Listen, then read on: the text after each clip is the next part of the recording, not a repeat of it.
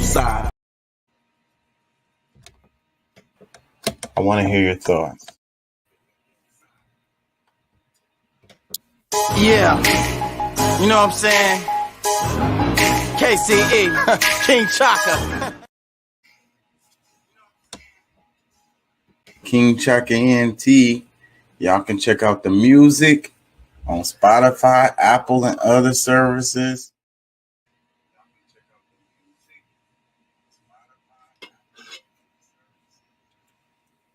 Hey, how y'all doing out there? How y'all feel? Remember, an educated and united public cannot be controlled. Get organized. ¿Cómo estás? ¿Podemos ayudarnos más? Sí se puede. The name of the show today is Tragic Comedy. Tragic comedy. Tragic comedy. What does that mean to y'all? I think of movies, but I'm not talking about movies. I'm talking about real life.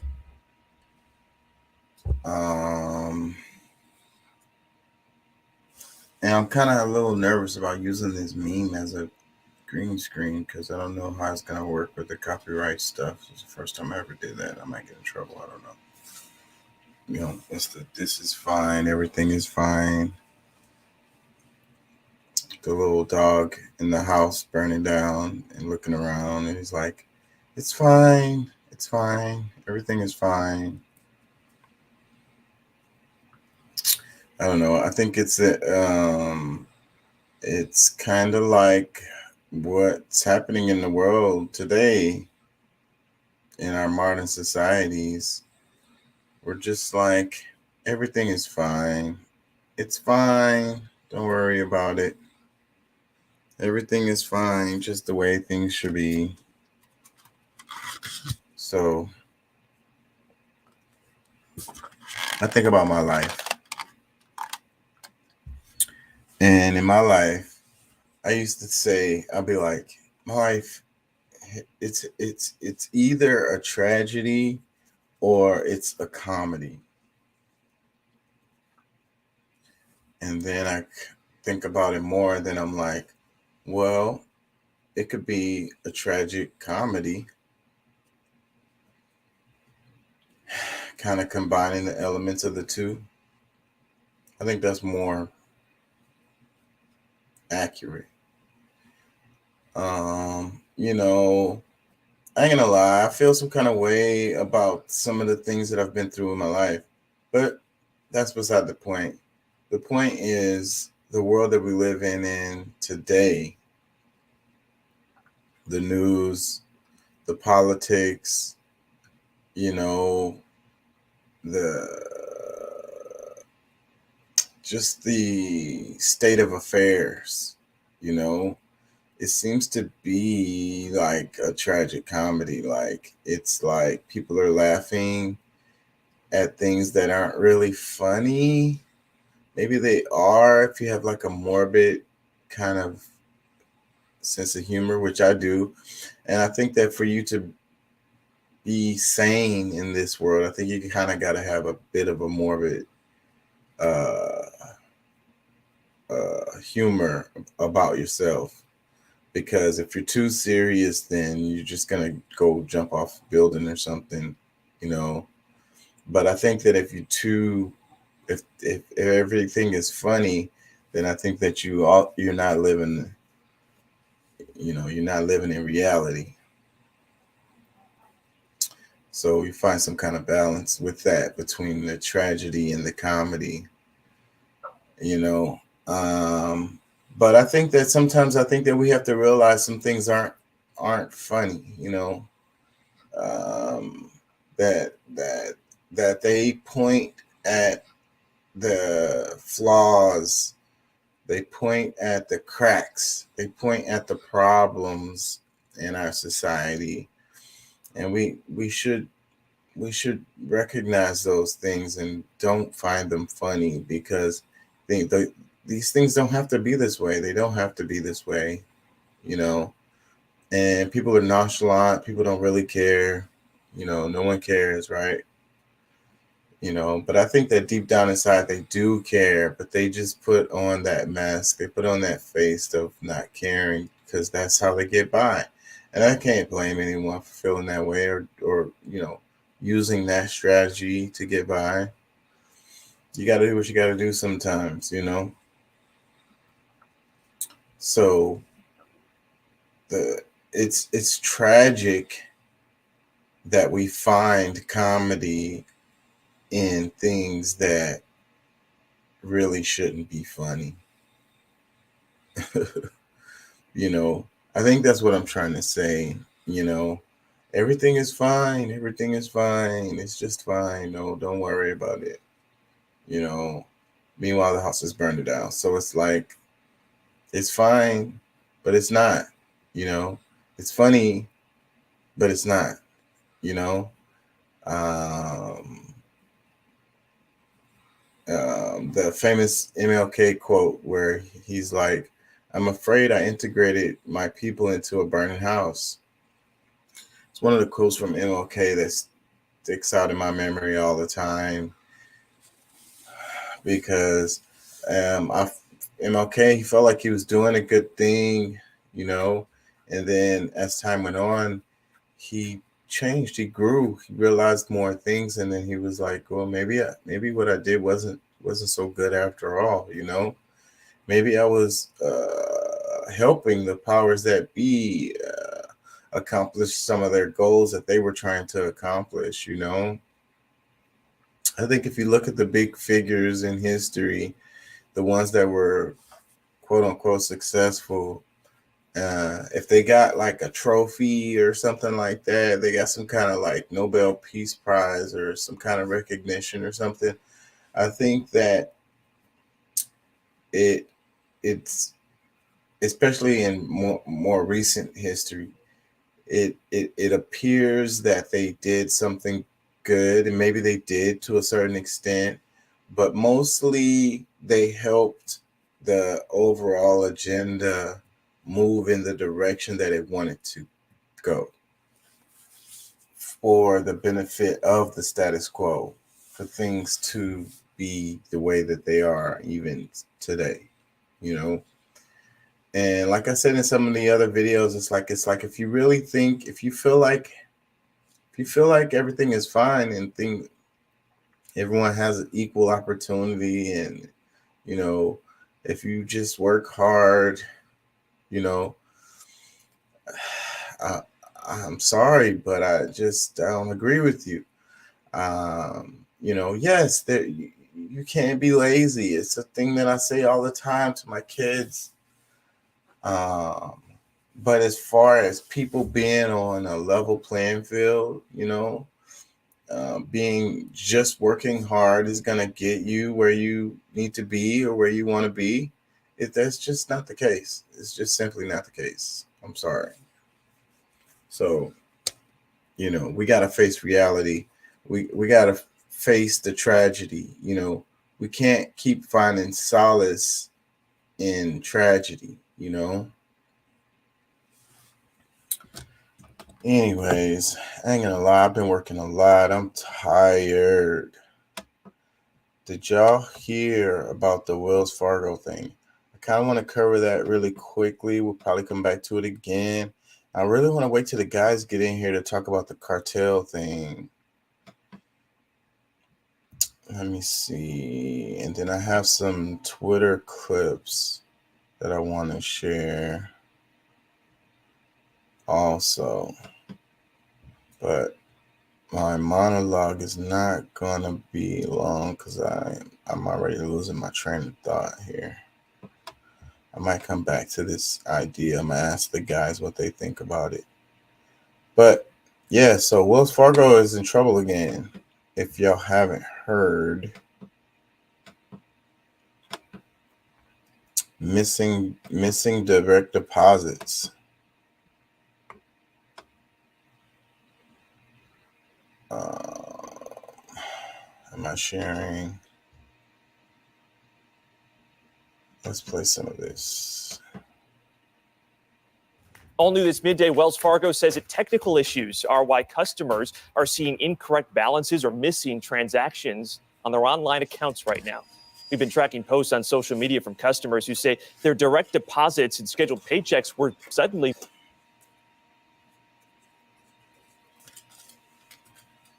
Come on. missing earlier today.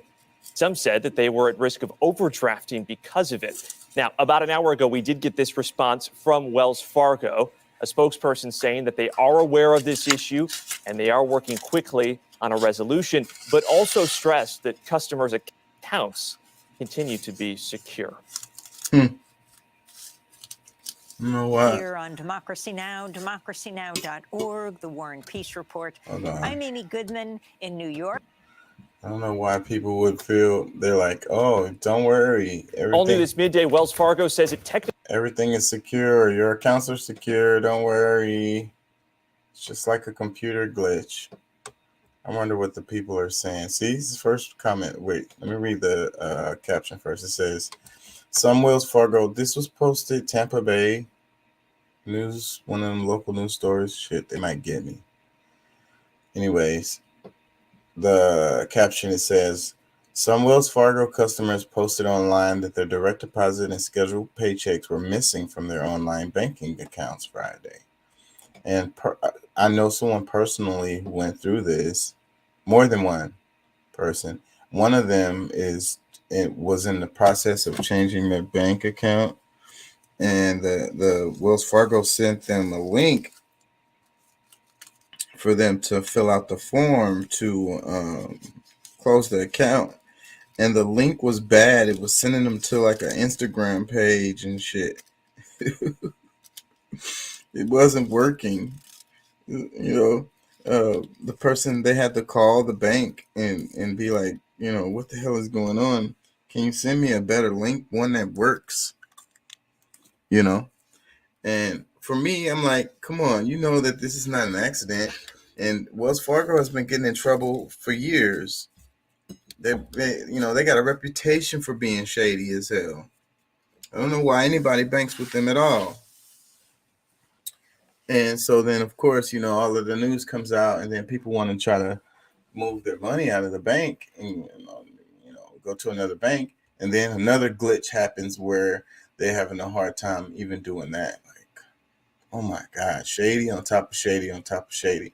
And then I also think about the bank, what was it, 2009, the crash and the bailouts that happened when Obama was president.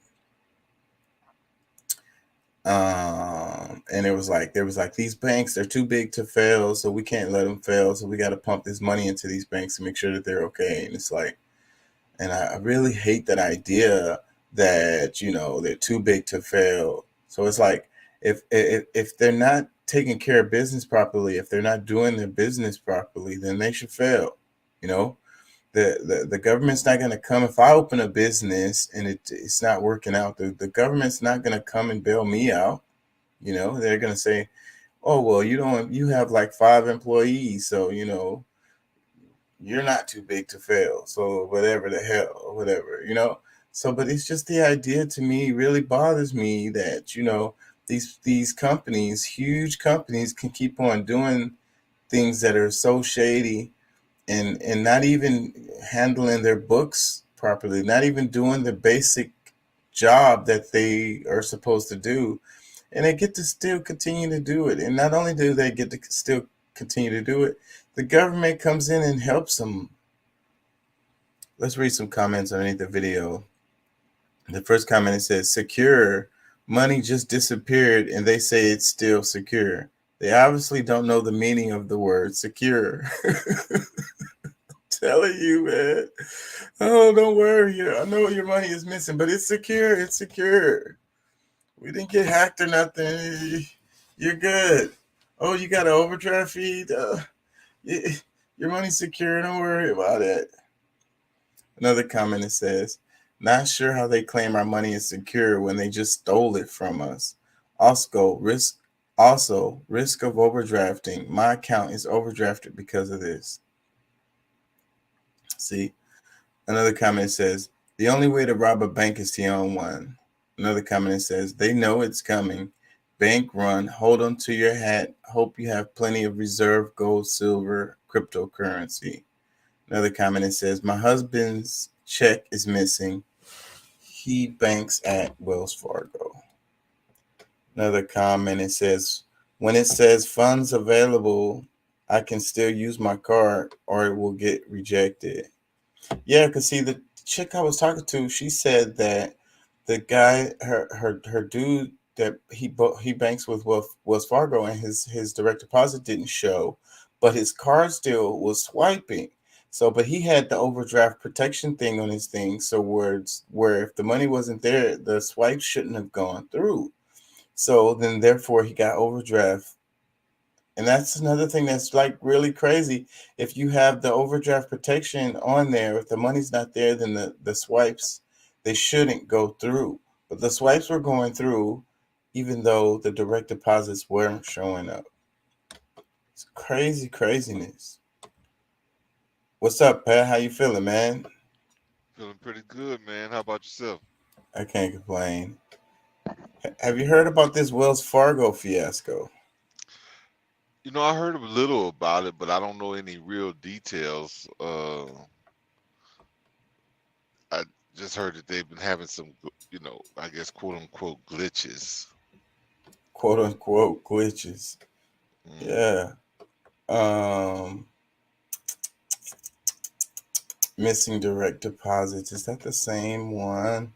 Let's see. Let's play this one. Who's 23 seconds?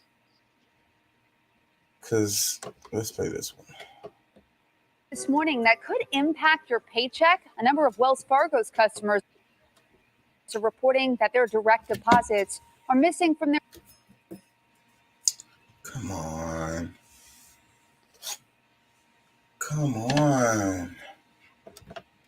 their accounts today, and they're getting overdrawn. Wells Fargo said in a statement, it is aware that some direct deposit transactions are not showing up, but that funds in accounts are accurate and available. It says it's working quickly to resolve it. We'll keep you updated on this. Well, anyways, this morning that video was crap. Let me see. Missing direct deposits. You're not alone. Let me see. 6 hours ago. Let's play this one. Well, if you are a Wells Fargo customer, you're probably wondering what the heck happened to some of your direct deposits today. You're not alone. Many customers say money appeared to be missing from their bank accounts this morning. The bank says it is aware of the issue, is working quickly on a resolution, and it does apologize for the inconvenience. Our Kevin Reese has been digging into this today. He's going to have an update on WFAA News at 5. He is talking with some North Texas customers who were impacted by this outage today. Anyways, Wells Fargo's been shady forever, man. That bank shouldn't exist. And this is the reason why I want to cover this story is because I think there's a bigger story, even bigger than Wells Fargo, going on with the banks. Oh yeah. Oh yeah. Let me see. I think I have something on that. Give me a second. Let me see if I can find it. I'm pretty sure. It has something to do with the Fed. I don't know. Like, I'm not gonna sit here and act like I really understand this stuff, but maybe the Fed, because of that's been talking about the the interest rates. That's been heavy in the news. But maybe it has more to do with the dollar. Well, that is the Fed. Let me see. I can't find what I'm looking for. I'm searching. I don't see it.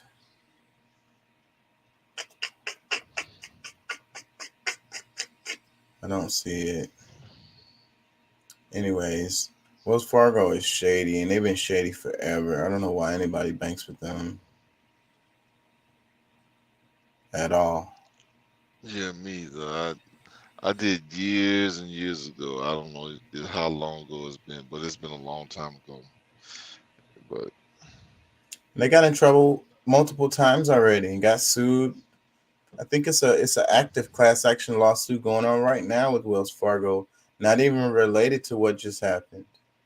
Some previous stuff.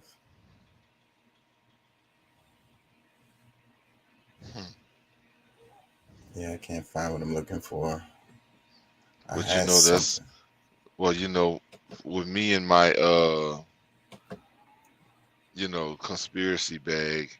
I mean, they've been trying to put in place, because I don't think they really need a good reason, but at some point, like trying to swap everything to crypto and the new technology of blockchain, if there's continuous, issues going on with people's money, it becomes, something that people beg for at some point instead of,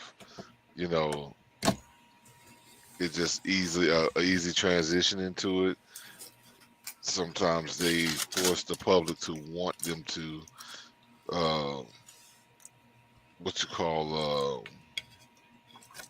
like acquiesce. Yeah. Yeah. And I mentioned in another show how a lot of places I'm going now, they're cashless. Have you noticed that? Nah, everywhere I go, they love to see my cash. A lot of places, it's a Frenchies, the old Frenchies on Scott. They rebuilt the building. It's real big and nice. They moved it down the road, and it's completely cashless now. Wow. You can't come buy your chicken in there with no kind of cash. They don't accept cash. Their reasoning is, they said, it's safer and faster. Is it really? So that they can provide quick, faster service because they don't have to count change. And they don't have to worry about being robbed, because you can't rob them because they don't have no cash on site. Okay, if you say so. Yeah, I don't believe it either. I think it's part of what, like, when we talk about the globalist type agenda, I think that's more like it. They make excuses. Like, remember when COVID happened and they were talking about the change. All of a sudden we had a change shortage. Mm-hmm. You remember that? Which is full of shit. They said we didn't have coins. So I guess millions of people like me that's been hoarding change is the problem. Well, they wouldn't even take your change. They're like, I'm sorry for the inconvenience, but we don't have coins. Well, no, but they were begging for coins at one point. Like, out there, we will buy your change. your coins or whatever. So it's like, so now a year and a half, 2 years later, is they don't want any of it. Yeah, so it's like maybe they were trying to take it out of circulation, like something was going on because they used the COVID as a cover to all of a sudden have this coin. How the hell did COVID have anything to do with coins? Where's the connection? I don't see it. I mean, the only thing I could really see that, you know, the transmission of germs and viruses and things like that through the coins, maybe, but and not the cash. Well, I mean, but you know they got to start somewhere. It's psychological. It's not actual. This is the mind fuck. I mean, it's a psyop because they were doing it with the cash too. A lot of places were, everything was everything became touchless. You could just tap your card. Exactly. That was a part of that whole test as far as because that's the main thing that like people are actually selling you, like that's a part of the services that they offer you at most businesses is that it's contactless pay. You still got to put your damn debit card number in there, even if your card, you can put it up against the machine and it recognizes without swiping or using your chip, but you still got to touch the damn machine that everybody else is touching to put your pin in. So like, what's the freaking difference? And it had like a plastic cover over it, but that same plastic cover everybody was touching. Yeah. Really? No, it's not supposed to protect us from it. It's supposed to protect the cashier. Oh, so well, screw us coming into the store and buying stuff, Yeah, screw you. Catch COVID and die. I think this is the story that I was thinking about related to the banks here. Let me play this. They are now also saying, by the way, that in order to protect insured depositors, the FDIC has created a vehicle, a separate bank associated with the FDIC, run by the FDIC, that will take over all the assets at Silicon Valley Bank. And this is important, again, and this speaks to the risk management of the government and the regulators on this front. They say that all insured depositors will have full access to their fully insured deposits no later than this coming Monday morning, March 13th. If you had uninsured, so they in essence have now taken over the bank. They are now also saying, by the way, that in order to protect insured depositors, the FDIC has created a vehicle, a separate bank associated with the FDIC, run by the FDIC, that will take over all the assets at Silicon Valley Bank. And this is important, again, and this speaks to the risk management of the government and the regulators on this front. They say that all insured depositors will have full access to their fully insured deposits no later than this coming Monday morning, March 13th. If you had uninsured, So what are we talking about here? So the Shade Room posted this. It says, on Friday, Federal Deposit Insurance Corp announced that financial regulators have shut down Silicon Valley Bank and have since taken control of its deposits. According to CNBC, Silicon Valley SVB is a leading force within the tech and venture capital industries, leaving many companies and wealthy depositors connected to the bank curious about what will happen to their finances. In a press release, it states that the California Department of Financial Protection and Innovation closed the bank, making the FDIC the receiver. In response, the FDIC has created the Deposit Insurance National Bank of Santa Clara. They shared the SVP's insured depositors will have access to the finances no later than Monday morning, and SBV officials will open back up around that time as well. Also, official checks under SVP will continue to clear. The FDIC standard insurance only covers up to $250,000 per depositor, therefore leaving uninsured depositors to get receivership certificates for their balance, as well as an advanced dividend within the next week. The last major U.S. bank failure took place back in 2008 with Washington Mutual, which had about $307 billion in assets. Let me read this comment. It says, to sum it up, SVB is the bank founders go to the deposit their investors' checks. It's like BOA for startups. If me and you and my cousin Leroy are investors and we all put our money out, it's not terrible. But imagine the whole Albert family pulling up and taking their money out. And because the Albert family pulled up and took their money out, now the Johnsons are worried and pulling their money out. Everybody pulling their money out means SVB ain't got no money for the Campbells, who needs their funds to keep the lights on next week. We all know banks don't just have money sitting in banks. It's always being circulated around to different families, i.e. investors. The FDIC only insures up to $250,000. So because SVB ain't got no more money circulating since everyone pulled out, and the Campbells have $3 million in their account, technically the Campbells are only covered for $250K to pay their employees, rent, etc.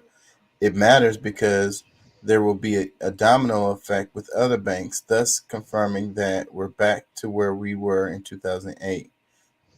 Thanks for coming to my TED Talk. So this is complicated, but it's simple in the matter, because remember the old stock market crash way back in the day when we had the Great Depression, and the people were going to the banks and they were like, give me my money, and the banks were like, we don't have it, and the people started rioting and shit. You know, whooping ass and everything. Yeah. And you know, I don't like banks. I never really liked banks, because it's like you have to pay them to hold your money, like, and then then they have all these barriers to your access to it. Meanwhile, they're flipping it, and meanwhile they give you like a little bit of change back, like 0.001%, you know, interest rate on it.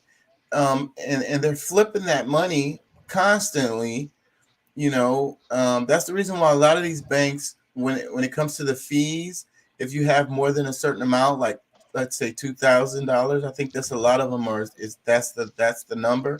If you maintain a balance of 2,000 or more, then you don't have no fees. And that's because they can be sure that $2,000 is there so that they can keep flipping it. Yeah. Is it like a drug dealer on the street corner, or you know, or the one that's running numbers, or the mafia or whatever. Like, you know, yeah, let me hold your money. I'll hold it for you. I'll keep it safe. You know, whatever.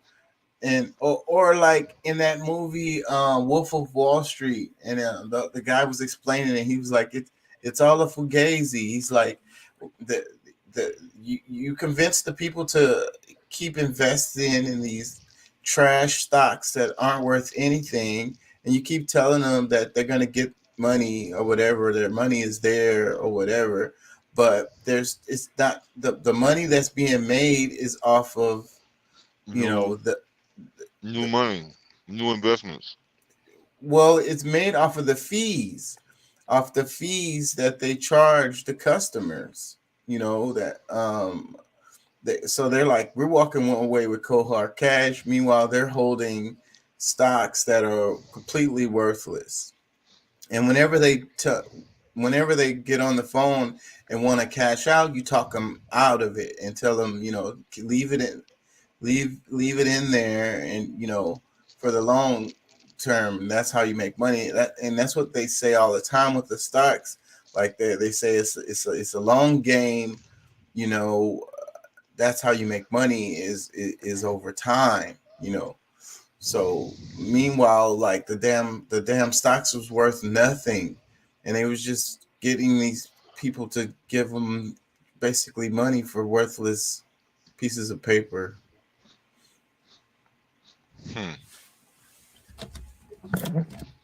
That movie was a trip because it really explained the game in that movie. That's why they locked that dude up. That it was based on a real guy.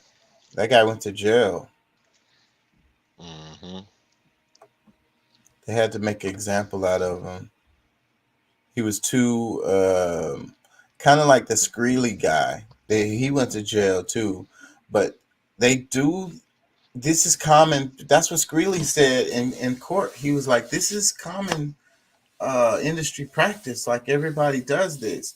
But the reason why they locked this guy up is because he made it too big or too, brought too much attention to it, and he was too flagrant, too greedy, and that's what's crazy.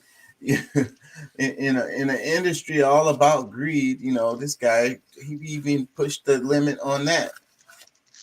So hey, let's lock this dude up, make an example out of this guy, and make people feel like the businesses are actually legitimate.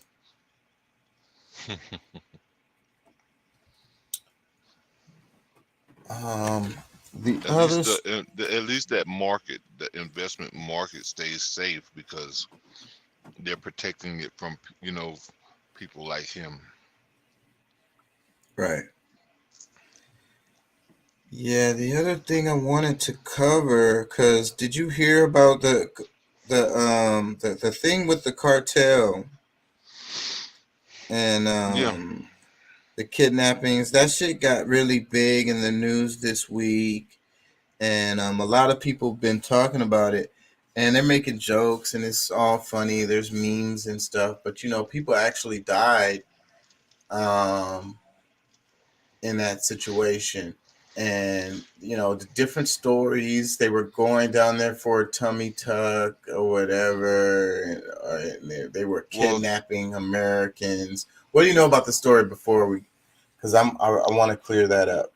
Well, yeah. See, the problem I have with the whole story is how they demonize black people in a story, because they first tried to make it seem like these people were drug dealers and they were just using this whole tummy tuck thing as getting a BBL, shall I say, going down there to get a BBL on the low, for the low price.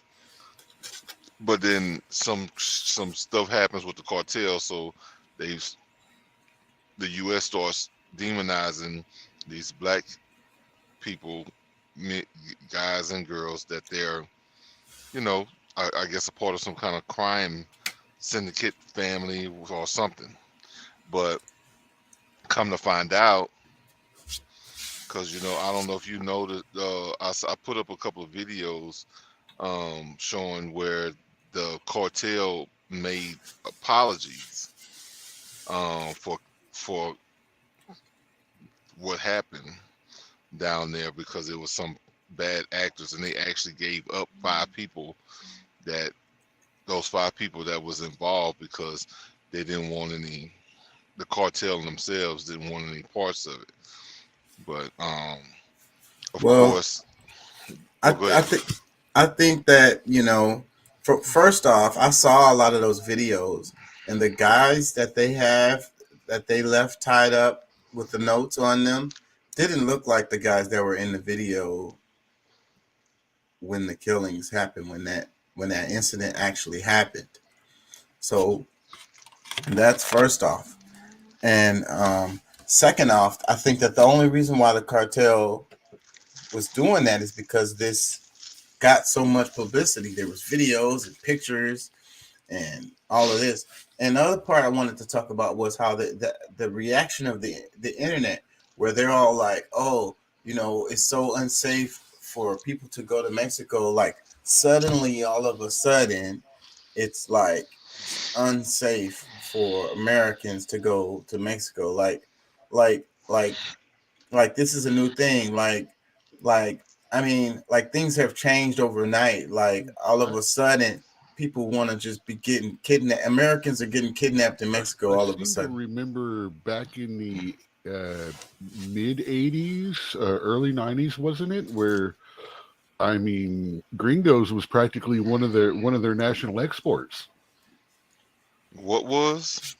Gringos. They were captured. They were kidnapping in not just Mexico, but several other South American countries.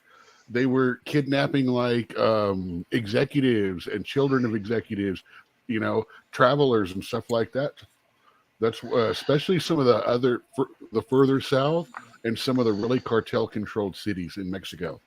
And that kind of thing has been going on forever. That same thing is happening in Haiti. In Haiti, that's the way they make money in Haiti. They hold people for ransom. People that they know their family is willing to pay to get them back. Bro, Did you know that there's any third world country does that? What? Go ahead. Say that again. Did you know there's such a thing as hostage insurance? Companies take it out on executives that travel in foreign places, or like you got an executive there and they send their kid to a school, they'll have kidnapping hostage insurance on them.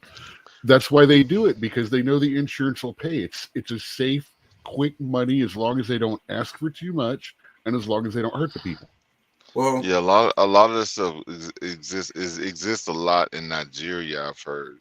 Some of these old, these big old guys, they have to have that insurance on and this, that, and the third. But my argument is the internet is saying, like, all of a sudden, don't go. Like, I've seen so many posts where they're saying, don't go to Mexico. You're gonna get kidnapped or something like that. Truthfully, if you've looked though, cartel activity is the highest it's been in quite a long time. I mean, there's something going on between the cartels down there, and they're needing resources. And whenever they need resources, immigration spikes up, drugs spike up, kidnapping spikes up. They get careless. They need the money quick for whatever is going on. I don't know. I think that it's business as usual. I think that this got a lot of publicity and it got super political. And the cartels aren't stupid. Like, it's a business. They're businessmen, So, like, you don't want too much heat, So I think that's the reason why you had these guys that they gave up. I got a video. I think, Doc, I think you sent this. No, Pat, I believe, sent one. I just did a Google search and dropped the town up, because while I was looking at it, like 5 different news outlets all had stories that had popped up within the last few hours. So I was assuming that something broke that I wasn't going to be able to look into till. Yeah, because what did you find out about the name? Because I saw some other stories where they was talking about what the name of that town. See, that's why I looked it up, because it's something important about the town, not just what's going on in it right now. Yeah, I don't know exactly what. Like I said, the name of the town kept popping up in my searches, not just what was going on, and stuff like what does it mean, name of town, history of. So I did that, figuring by now someone would have had a couple of minutes on it. It was on one of my little. I got 5 minutes to look at stuff between 2 tables. Well, the some of the stuff I read, it was saying like that's not even a town you go to for tummy tucks and those kind of surgeries. Like they don't, that's not even where you go for that. And that does not sound like one. No, you go to the cities for that. And another part of it is it sounds like it's coming out that it was like a drug deal that had gone bad. These guys were going down there, trying to do a drug. They were driving too. They drove down there and they were planning to drive back. And it was from like North Carolina, I want to say they were coming from. So like all of that sounds like a drug deal gone bad, you know. Bro, listen, look, the Dude, story, the average because Texas high school. look, the real story is, because these supposed bad actors on the Mexican side, these people coming down there for BBLs, they know that they got cash. They got, because they're going down there for the BBLs. They know that that's supposed to be like a simple, easy lick, and they were going there for a BBL. And they had this cash. They saw them down there because it's a bunch of black women that's going down there to get their asses pumped up or whatever. But we So just said that's not a town. common. That's not a town. That particular town But it's is a not a border. place. It's a border town. You gotta go through. You gotta get into Mexico. You gotta get in. They're driving through. And okay, so if you were going to go down there to get a BBL, why would you drive there and why would you drive back? Why not fly? Because some people actually like to drive. Some people want to have transportation to do other things while they're in the country. I'm going to drive down there if I go. No, you drive because you're fucking trying to get some shit across the border that she's gonna have a hard time getting through customs. This is the part that No, drives 'cause me I'm not- nuts, is because you will, like, you're on the side of them. You're like you take their side too easily, when it's no, bro. These people are going down there. I know people that has gone, like, they go to Mexico or South America, and they're not drug dealers, bro. Like, they're just That's trying like to get saying a the cheap girl surgery. deserved it because she wore a dress too tight, man. You That's know not what I'm saying. That's what it sounds like, bro. This is what I like to focus on, what's actually happening in this case. You guys are bringing up all other cases. But to do that, you are assuming their motivations. You're assuming what they're doing, and then attacking them based on what you've assumed. I've read some stuff already. I don't know. We're gonna look for it. Let me play some of this right here. The Mexican drug cartel blamed for the deadly abduction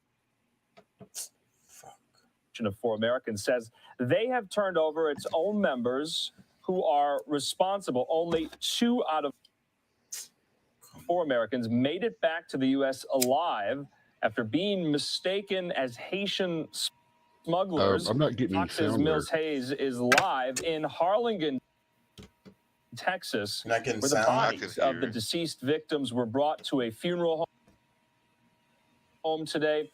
Mills, we were speaking just yesterday. I had asked you, when are these bodies going to be repatriated back to the United States? And it looks like they have, according to your reporting.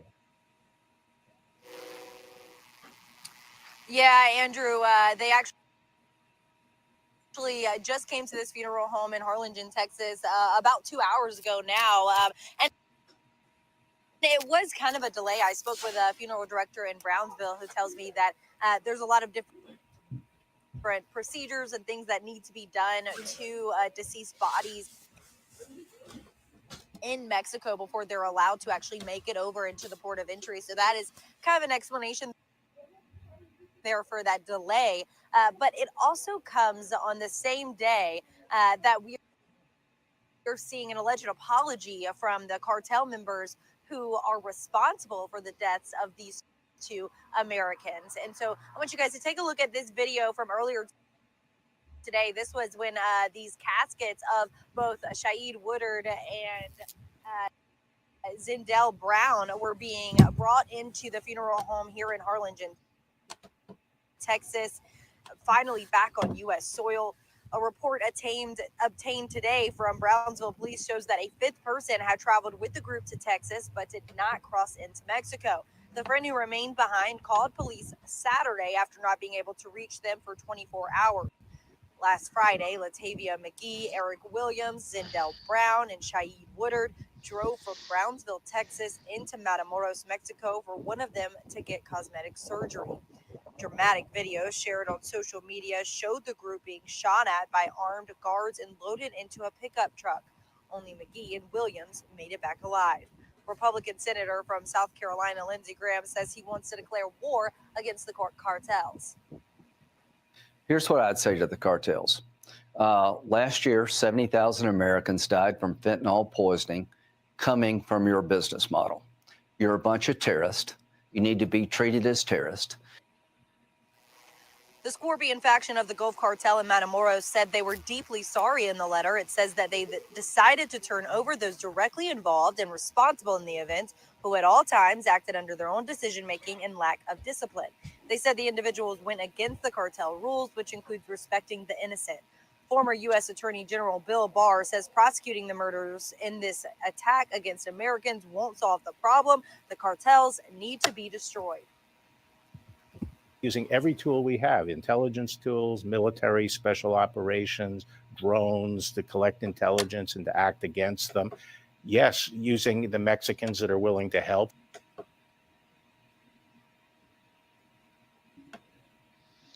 Say, bro, one thing that vetted units that we know. Go ahead. Oh, okay, I thought it was done. My bad. Go ahead. One of the big things is that real drug dealers, like, they're not gonna go across the border to buy drugs and then bring it back over the border themselves. A part of the deal is that the cartel gets it across the border, and then they'll take it from wherever they make the exchange from. Like, bro, like it doesn't add up. I don't care how, like, and then, bro, I mean, I'm sure you can go there and get a kilo, get a couple of small, get some that, but that's small change, really. You know what I'm saying? Like, and it's insane for somebody, that's in the business to make that, to do that deal, for them to go in, like, take every bit of the risk.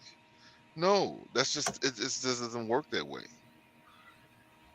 That's why I say they're not down there for that type of business. They're going down there because they was taking their girl down there, their girls or whatever down there, so they can have the surgery, and it just went bad. Like, somebody saw them, it's like, oh yeah, they down here for them surgeries. Somebody's got some money, and they just went against the whole protocol because that's what, that's what like, when they know that they see black people down in Mexico like that. I mean, yeah, they could be morals, because there's black Mexicans or whatever, but they know the difference. They were just trying to rob them. They set them up for they just set them up for robbery. That's simple and plain, bro. I did a Facebook comment. The reason why Matamoros is so familiar to us, we've heard about it a dozen times throughout our history studies. Well, I know about it because I used to sell cars to Mexicans, and that's one of the places that it's a big place where they come, and I know they drive right there. It's right there on the border in of Texas, and I think, what is it, Brownsville or something? They cross the border right there from Brownsville into Matamoros with the cars, and they able to sell certain cars that we no longer use anymore, or that's not quite useful for us. But either way, Matamoros, and this was something that I saw on another show, is that it's called, the moral killer. Like, mortal is known for black people. Matter is kill. So kill mortals is what the name broke down to. So this is just like but at the same time, with that also being true, I can't go with the idea that this was just a crime to begin with. They drove from South Carolina, like, just to get some cheap dope. No, bro, like, you can get cheap dope on this side of the freaking border. Not if they're trying to find some bulk and roll it. Well, of course, everybody's trying to get as much as they can get, but taking that risk of well, remember black. too, they're from North Carolina. They don't know that shit like we know that shit here in Texas. No, they know that shit. They know just as well. Like, no, if they watch part Queen of the South listen, on TV and think they know everything about the cartel. Oh God, no, it's not that, bro. Listen. We know better. Black people understand the drug game way better than almost anybody else, and we're not stupid enough to try to think that we can go across that border undetected, like we, with drugs, as if, we're just one of the regulars.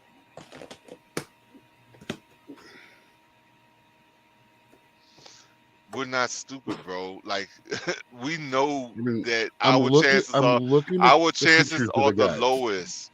Yeah, our chances are the lowest to get back across the border with freaking dope. It looks to me like they're the kind of guys that were flashing some cash, showing what they had. It may not even have anything to do with what they were doing down there. So you're joining the Chaka team. No, I'm just saying. Let's read this article right here. They look like the type of guys that's out there flashing cash. They look like the kind of guys that are rolling cash and think they're out of a rap video and gonna make big roles. Now I never took that. Now it could very well be the pictures that they could very well be the pictures that media specifically chosen of them to give that. Just going to call them the N-word now. Why would I do that? I don't know. I don't know them well enough. You know him well enough to talk about him going flashing money. And no. For me, that is not a generic word. I never use that word generically. I very rarely use it specifically. But if they do, 9 times out of 10, someone's going to look at me and go, "Damn, you're right." Well, no. Well, what I'm saying is that's how you're acting now with all of the assumptions of what kind of attitude and because of what they look like. I'm saying I'm going by what they look like. That is a possibility. Is all I said. I'm not making up any scenario. I'm not saying this and that. And it's a possibility they just wanted to go to a Catholic church down there and It could be they were driving through, stopped for shots. I can't find. Do a little extra tip money there. Some guys saw it. There's a level 4 travel warning for Americans in that area saying don't go, man. I can't find where I was reading it, but they have prior convictions. Like all of them have prior criminal histories. The ones that went down there. Let me read this article right here. ABC News. It says everything we know about the kidnapping of 4 Americans in Mexico. This was by Emily Shapiro and Meredith DeLiso, March 10th, 2023.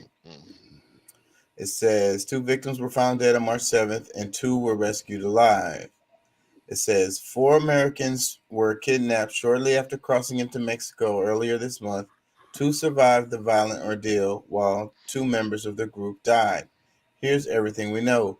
The kidnapping. The 4 Americans, Eric James Williams, Sindel Brown, and cousin Lativa Tay McGee and Shaid Woodard, drove the morning of March 3rd into Matamoros, Mexico, which is the northeastern state of Tamaulipas, just south of Brownsville, Texas. Shortly after crossing into Mexico, unidentified gunmen fired upon the passengers in the vehicle and then put the 4 Americans in another car and fled. The U.S. Embassy in Mexico said. Irving Barrios, the Attorney General for Tamaulipas, said the Americans were not directly targeted and it appears it was a misunderstanding. Mexican investigators think the kidnappers may have wrongly believed the Americans were rival human traffickers, a source close to the investigation told ABC News. For the first time, the Attorney General's office of Tamaulipas also said on March 9th that a Mexican woman died in the incident. Arely Pablo, 33, died after being hit by a stray bullet during the kidnapping. The rescue William and McGee survived the kidnapping. They were found the morning of March 7th in a wooden house in Laguna area outside of Matamoros, Mexican officials said. One of the deceased was also found inside the house, and the second was found outside the house, a source close to the investigation told ABC News. The two Americans found dead had blankets or sheets on top of them, a source close to the investigation told ABC News. One of the dead was wearing a surgical robe when he was found, the source said. The Mexicans tried to seek medical attention for the Americans who were injured in the kidnapping. The Attorney General's office, Tamaulipas, said in a statement on March 9th they were taken in an ambulance to a clinic, according to officials. During the days they were held, the Americans were transferred to various places, including a clinic, in order to create confusion and avoid rescue efforts, said the governor of Tamaulipas. The survivors and the victims, these are the pictures of them. McGee is a mother of 5 who traveled from South Carolina to Mexico for a cosmetic medical procedure, according to her family. Her mother, Barbara Burgess, told ABC News she spoke to her daughter on Tuesday. She said McGee had no major injuries. Michelle Williams, wife of survivor Eric Williams, said the FBI told her that her husband had been shot twice in the leg and once in the other. He has undergone surgery in Texas hospital, she said. Brown, who was among the 2 killed, was on the trip to Mexico to support his friend McGee for her surgery, according to Brown's sister, Zaylin Brown Grant. Zindell was a loving son, brother, uncle, and friend, Grant wrote on a GoFundMe page. Our family waited for any news about my brother's return, but we won't be coming home alive. Woodard, who was also killed, said McGee was McGee's cousin, according to McGee's mother. The bodies of the 2 Americans killed were repatriated to the U.S. on March 9th. A 5th person who was traveling with the group, Cheryl Orange, did not cross the border into Mexico and remained in Brownsville, according to a police report from the Brownsville Police Department. Orange did not cross into Mexico because she did not have her ID with her and contacted police on March 4th, the day after the kidnapping, when she could not get in touch with them, the police report said. The investigation. 5 alleged members of a powerful Mexican cartel were charged with aggravated kidnapping murder on March 10th in connection to the kidnapping. The Attorney General Office of Tamaulipas announced the charges a day after the Gulf Cartel allegedly took responsibility for the kidnapping. The 5 men were found tied up near a pickup truck, and a handwritten note was found on the windshield of the truck, whose author or authors say they belong to the Gulf Cartel, the dominant organized crime group in this part of Mexico.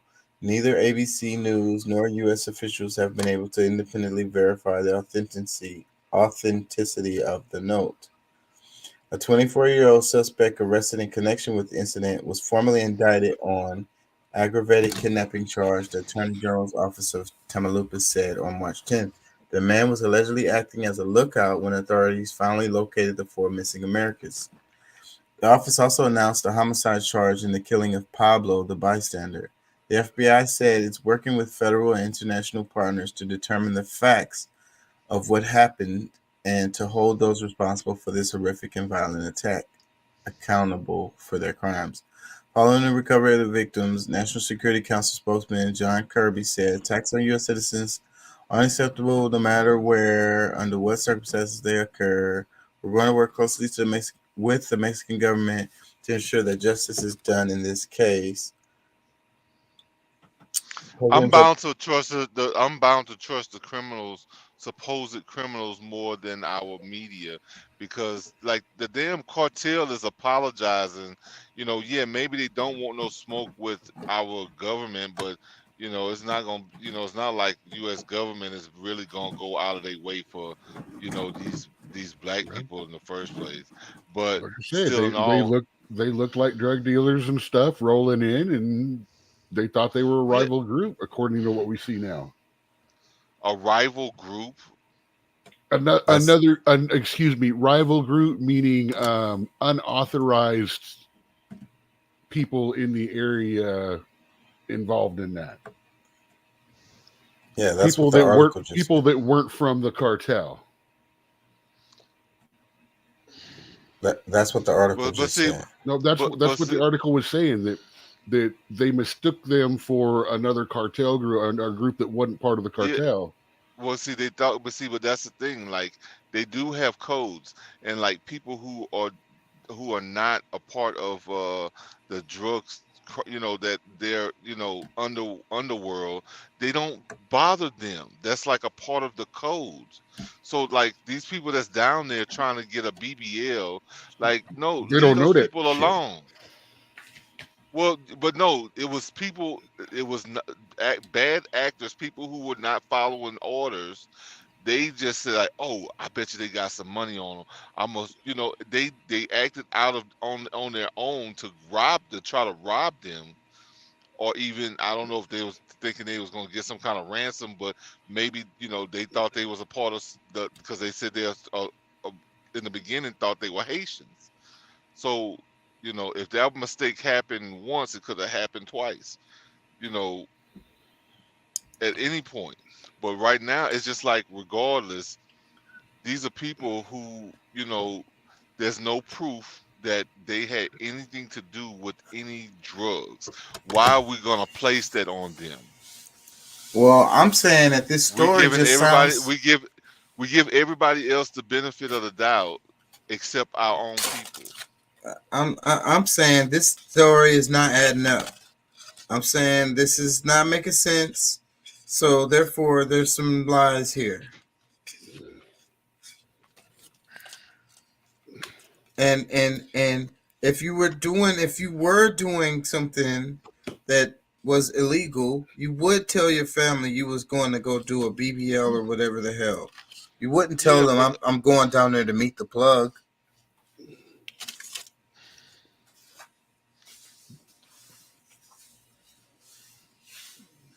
Right?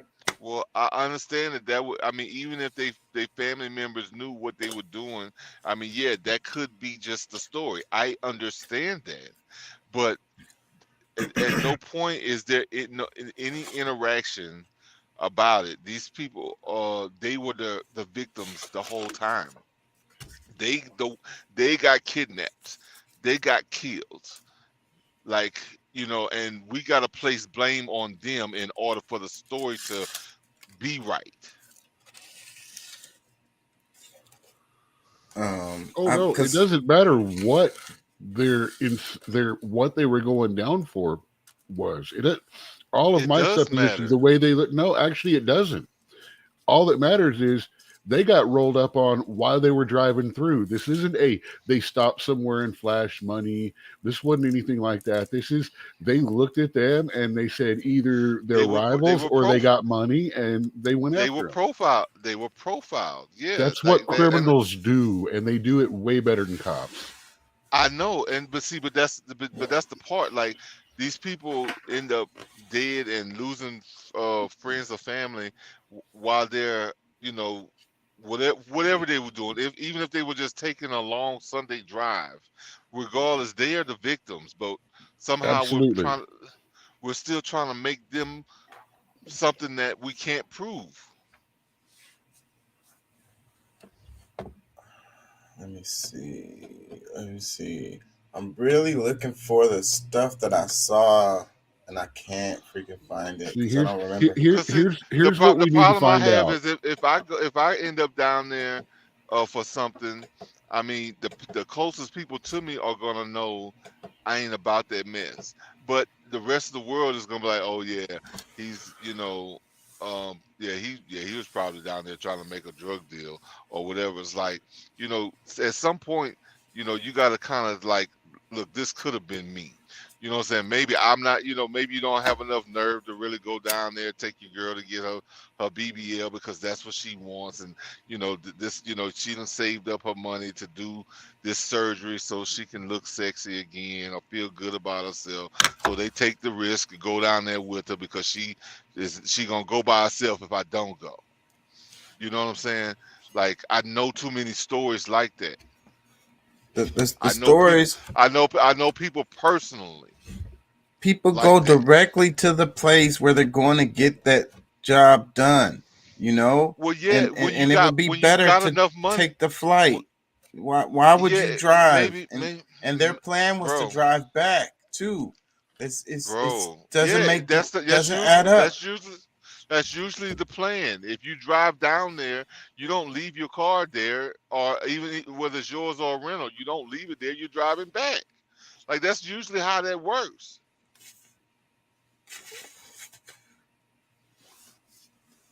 That doesn't make sense to me. Well, here's a question that we do need to hear the answer to. Did she actually have an appointment? Right. That makes a difference to this conversation. Right. Where is that? Well, wait a minute. It's the investigation is still going. It's gonna be a minute. Yeah, but see, that's the thing, because it's already been like 4 days. Listen. Yeah, but it crosses two jurisdictional lines, and we are secondary to the Mexican police, and the Mexican police are bought and paid for by the cartel. So it's going to be a while before we find out exactly what went on, and we just have to take it that these guys did it. We dumped them here. We're giving you these 6 guys for the 2 that got killed, and to them that's okay. Well, see, the people that they gave up, you think that they're just gonna take the dive just because, oh well. Absolutely. We gotta take the sacrifice. They go in, they confess to it, they say yes, we did it. They take a few years, they come out. None of their family is dead. They get a chunk of money. Yep. They get moved up into the organization because they've taken their years. They get 3 new tattoos for what they did to show what they've done. And if they get lucky, they get posted here in the U.S., where I don't know if you've noticed, but most of the Mexican cartels have taken over the gang life that we knew of it back as late as the 90s. I was talking to somebody at work, and they were saying that in the Woodlands, that you have people who are cartel bosses who live right here in Houston, in the Woodlands. But that's why it doesn't make sense, especially somebody that come from South Carolina, if they don't have any connections, like they're just going into Mexico hoping to come back out with some freaking drugs.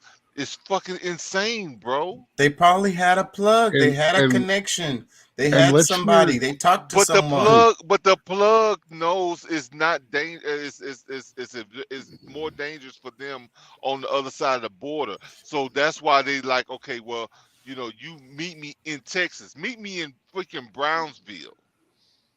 You know what I'm saying? Meet me in freaking, Laredo might be, but no.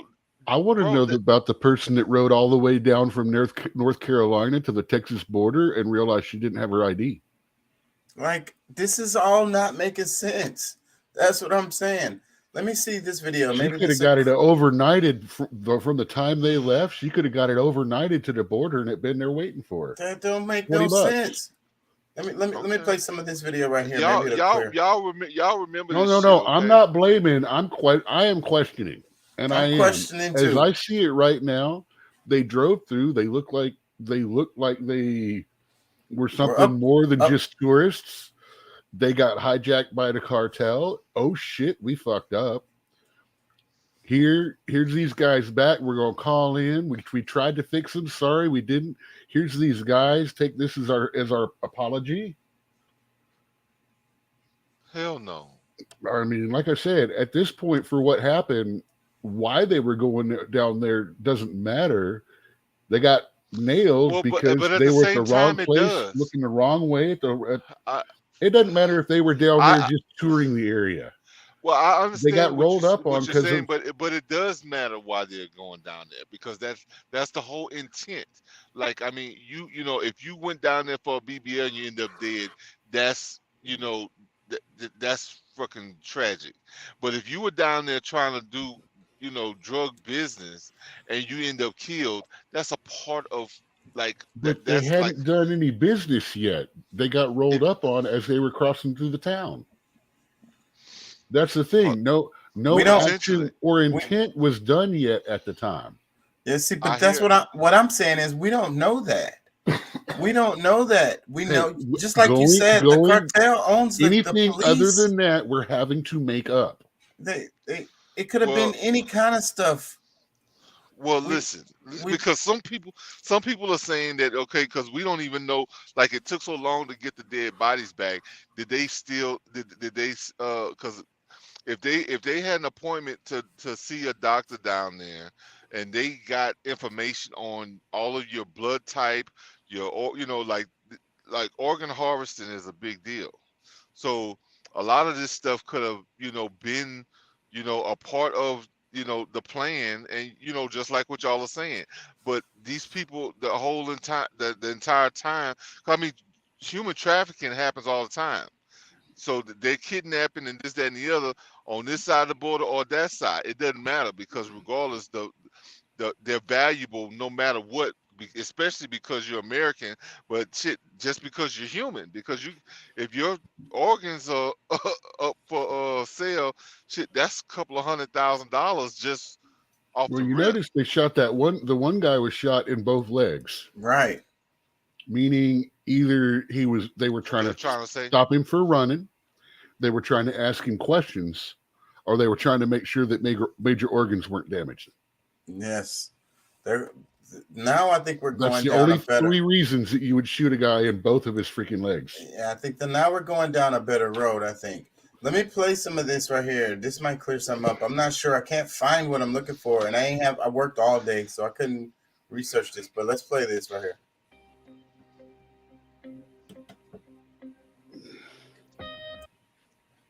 Fuck, if it plays, I keep pressing buttons. I think that's why.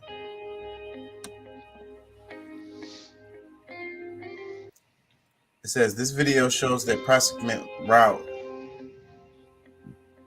before they were kidnapped in northern Mexico.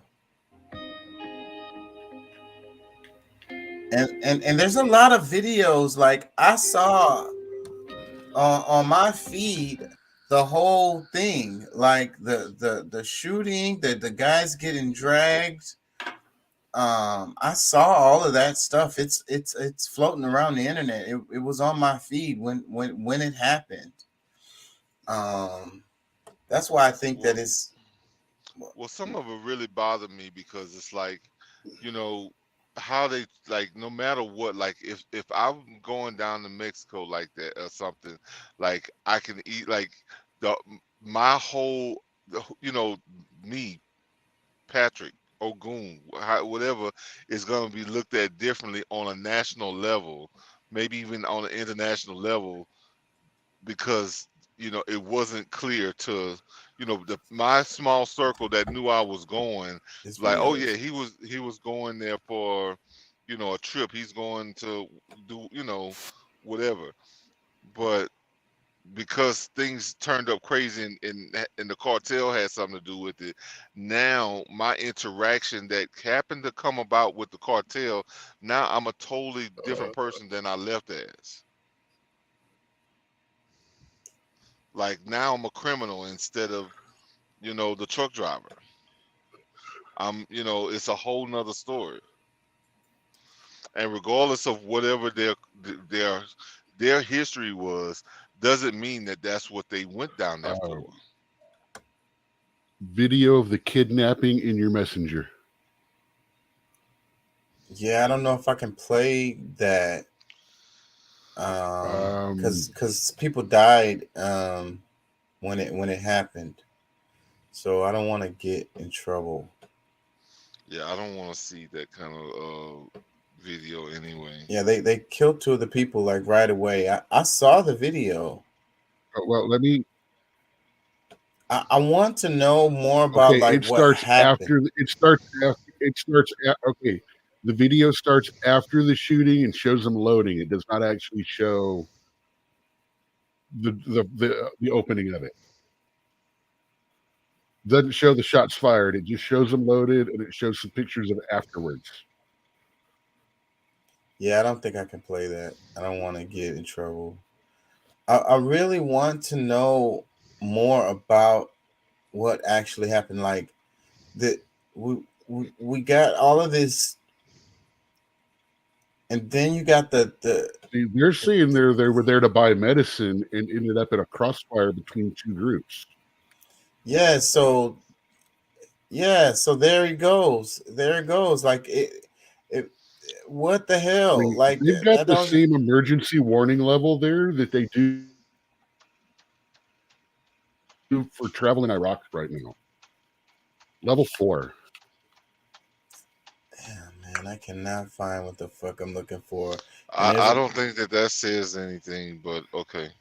I think that's the reason why I can't find it is because they're really kind of like burying what happened with this story. Yeah, this one doesn't have any actual violence in it. We begin this hour with breaking news out of Mexico. Officials there say 2 of the 4 Americans kidnapped last week are dead. The governor of the region says one of the other Americans was wounded and the 4th is still alive. Now, this video shows the moment of the encounter. The group was shot at and abducted shortly after crossing into the northern border city on Friday. Authorities are searching for answers as to why they were targeted. CBS News correspondent Omar Villafranca joins us from Brownsville, Texas, this afternoon. Omar, what more do we know about the victims and why they were there in Mexico to begin with? Well, as you mentioned, we know, according to Mexican officials, the governor of Tamaulipas and the attorney general of the state of Tamaulipas have said both that 2 of the 4 Americans who were seen in that video are dead. Another one is injured, and another one is not injured. We're trying to figure out exactly where they are, how they were found, how they were presented either to authorities or how they were found by people in the street. We just don't know. Now, as to why they were there, CBS News has talked to family members who said that they were down there for medical procedures. And one family member told us that one of the women there was 2 men and 2 women, was coming down for what's called a Brazilian butt lift and for a tummy tuck. And for people who may not know, going south of the border is cheaper for a lot of these procedures to be done, whether it be cosmetic procedures or other elective surgeries or even dental work. It's pretty common. There's medical tourism here that people will come here from the United States and go over to Mexico to get those sort of things done. And family members are telling us that's what they were doing. You hear it? It's I wonder common. if you can give us any insight into how this information is coming out from authorities in Mexico. It seems to be a bit of a slow trickle. What can you tell us about that process? Well, we are hearing from Mexican officials. AMLO, the president, that's Obrador, as everybody calls him, AMLO, has a press conference, and that's when the governor of Tamaulipas and the attorney general released that information out, saying that 2 of the Americans have been killed. Americans on the American side, they're being very quiet about this, probably for operational reasons. They don't want to tip their hand on any, anything that they're doing to get them out or whatnot. So a lot of unanswered questions on the American side officially. Mexicans are basically talking. This is their land. This is the Matamoros side. It is their country. So they're basically telling what happened and what information they know. Omar, the U.S., as you know, already had a travel restriction in place there in that part of Mexico. So how are people there reacting to the situation and what happened? Well, look, we talked to a pastor here who told us that, this happens to Mexican nationals on the other side getting kidnapped all the time. But now that Americans are involved, now people are paying attention. He's saying hundreds of people are being get kidnapped over there, and it doesn't get a blip on the American media's radar at all. And the level 4 restriction that's there, the State Department puts that out, but we talk to people who say, I go there every day, every week. You know, you have people who grew up in Matamoros but live in Brownsville, or they live in Brownsville and work in Matamoros and go back and forth every day. I mean, there's bad parts of the country in the U.S., but people still live there. They still work there. They still go there. And that's how parts of people here who live maybe on the Texas and the American side see it. They may not vacation, but if they go there, live there, work there, have an aunt or a grandma who lives over there, they're still going to go and see them. They just have to travel more cautious. And so a lot of people we talk to say they're not surprised, but there's a lot of attention because Americans were involved. All right, Omar Villafranca reporting from the border for us. Omar, thank you. Let's turn to CBS News. Yeah, I think the story is going in circles. Yeah, and I think we need to deal with the information we have, because I think demonizing or criminalizing these people where there's nothing that really suggests that other than our own media that didn't have any clue. Like, you know, the cartel, like, I know that they move different, but at the same time, like, if they really like what people say they are, I mean, they weren't trying to, you know, because I mean, black people on that side and this side are treated practically the same. Like the thing that really made them more valuable is that for whatever reason, our organs are, you know, more valuable, especially when, you know, melanin is what, $300 something dollars or $400 an ounce or whatever. Like, yeah, okay, I get it. But as for me, the biggest problem I have, because I mean, it's already done. Whatever's happened has happened. But, you know, demonizing them and criminalizing them, and they're like, there are people that these are Americans, and yes, they could do some crime, but there's no proof that shows that. Like, let's give them the benefit of the doubt. Yeah, like absolutely. Yeah, that's my only thing there. Like, I mean, you know, at least give these people something that, you know, like, I don't know, bro. It's just I'm just I guess I can't help but place myself there. If it was me, you know, what are people gonna be saying? Like, you guys, y'all are gonna maybe be trying to defend me. It's like, no, that's not him. That's not what he would be doing. Or whatever, blah blah blah. But the rest of the world is gonna be like, oh yeah, nah, yeah, look at him. He definitely looked like he got some hood in him. He probably was down there trying to do this or do that or whatever. Like, see, I didn't assume what they were doing. I just made comment on their appearance. But that's I mean, which would be what they were looking at when they did their deed, when they did the deed. That's all. I'm just going by, you know, what they're going to be keying off of, going, hey, these people, let's get them.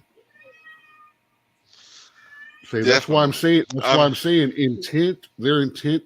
What their intent down there didn't matter to what ended up happening to them, unless somehow those cartel knew if that was going on, and it was an intercept and not. Well, I mean, the cartel would have let them get really, like, they would have really let them come on in and do. Let's see. They would have done it off the streets where it wouldn't have been seen. Exactly, like this. Because I mean, you can tell. What I mean, the whole kidnapping happened and it's on camera. Like, something's really not right about that. I mean, yeah, I really do want more evidence, more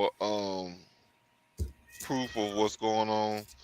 But at this point, I definitely don't, you know, want to suggest things that, you know, the possibilities are endless, but let's stand by what we know. Like, we say this all the time in different situations, that we don't need to read too much into it, but now it seems like that's off. You know, we forget that when it comes to assuming their motivations is what cops do.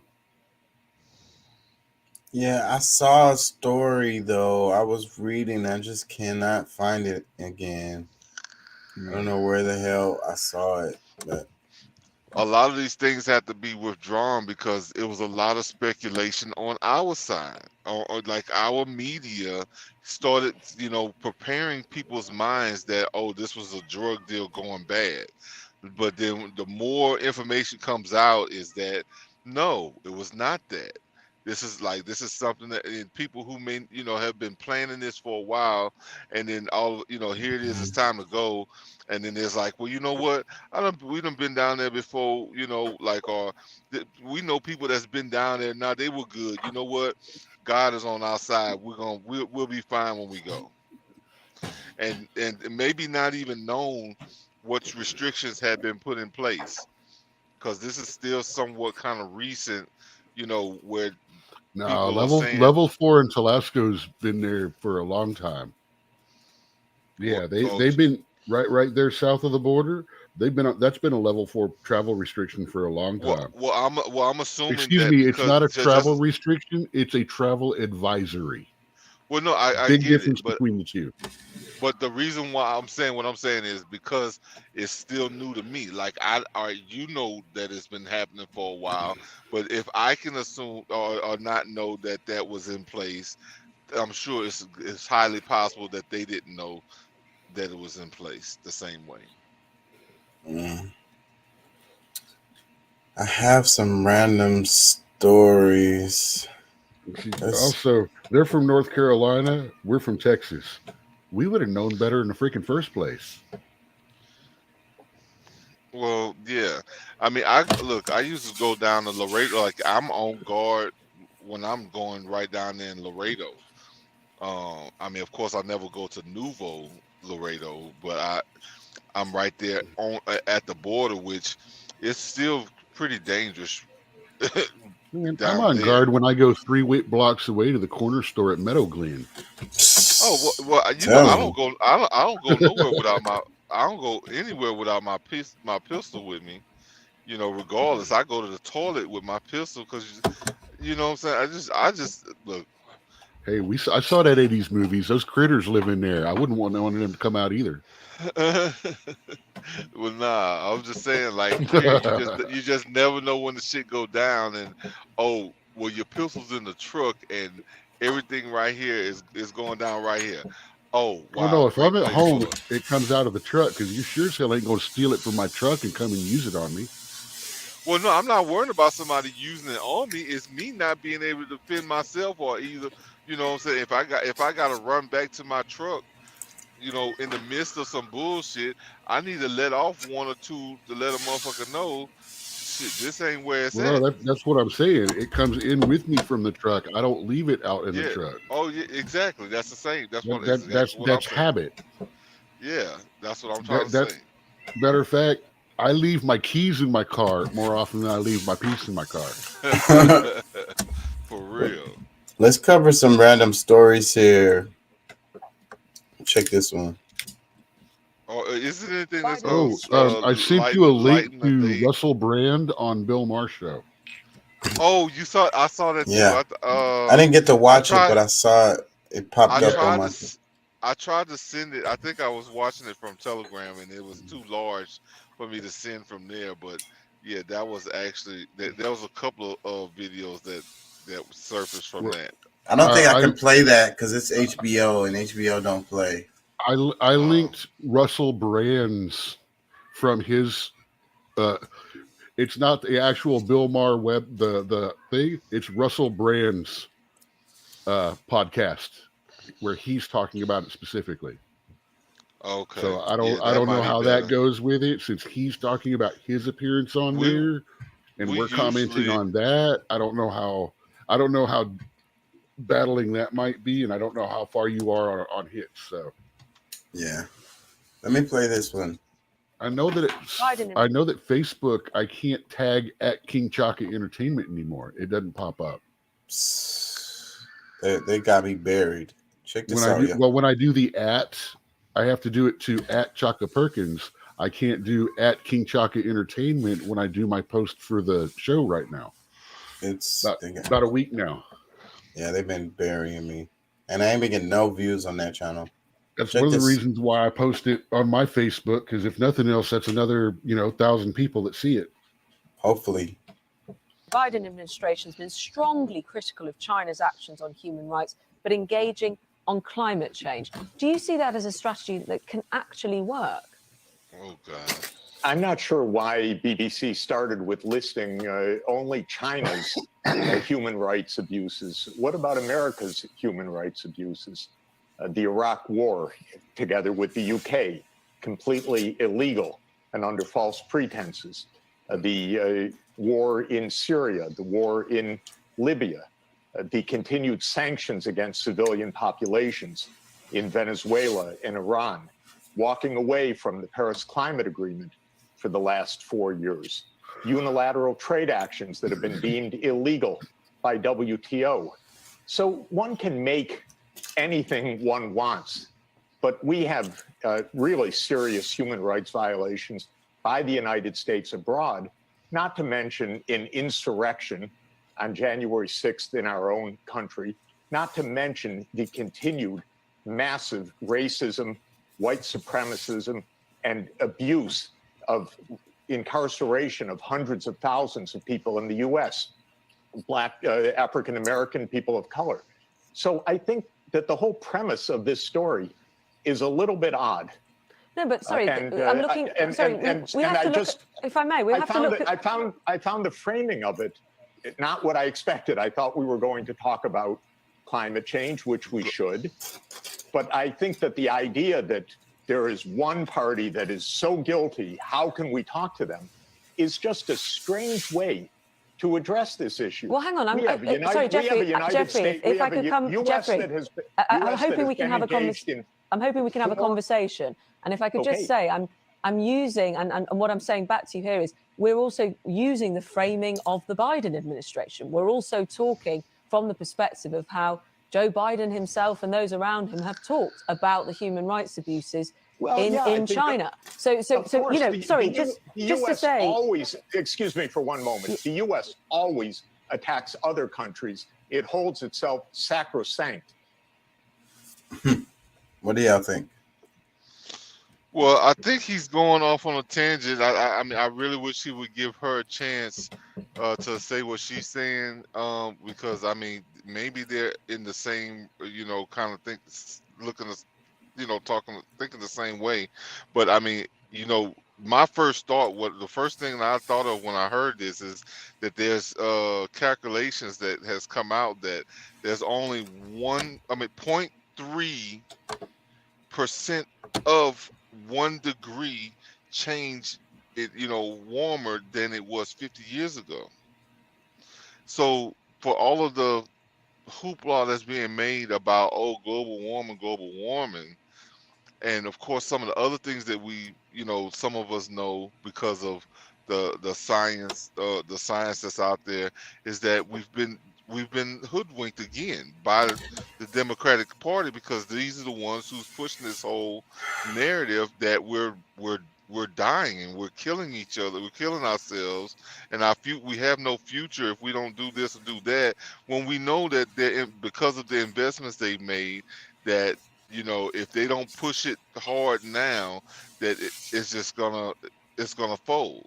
Like they've been trying to, like the whole oil industry, they want to kind of wipe away at everybody's expense instead of the actual gradual growth. So it's just like I'm actually sick of it. Like it really is driving me nuts that we're having to deal with this the way we are, because the new technology is not that it will hurt, but just trying to transform into this new world overnight when we're already not doing all of the proper things with our monies to have, like we're nowhere near competing with the rest of the world anymore, keeping up with the current technology.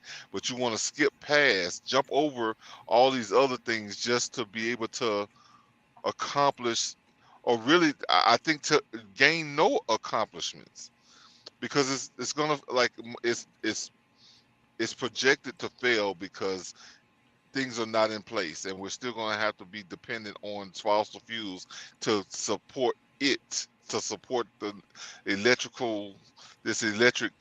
phenomenon, not phenomenon, but for this whole movement to move to electric.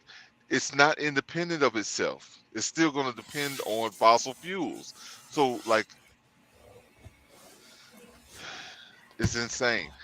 But yeah, and then of course we can move into the human rights conversation if we like. Like, at what point can this country, really say anything about moral, judging other people on their moral character when, because I mean, yeah, I can agree China has some human rights issues as far as I'm concerned, but shit, so do we. So does, well, I say we because I mean I don't necessarily put myself in that bubble of pushing that kind of thing, but it still exists from our government. Yeah. And check this map right here out. It says the United States is currently occupying a larger portion of Syria than Russia is of Ukraine. That's what this map right here is showing. Mm-hmm.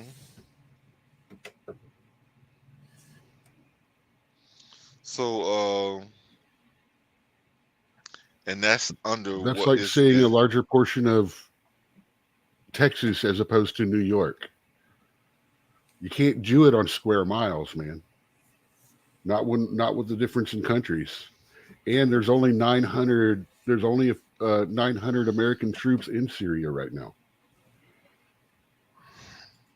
Well, we're not talking about American troops. We're talking about Russia occupying Ukraine versus United States occupying Syria. So yeah, so we're talking about Syria.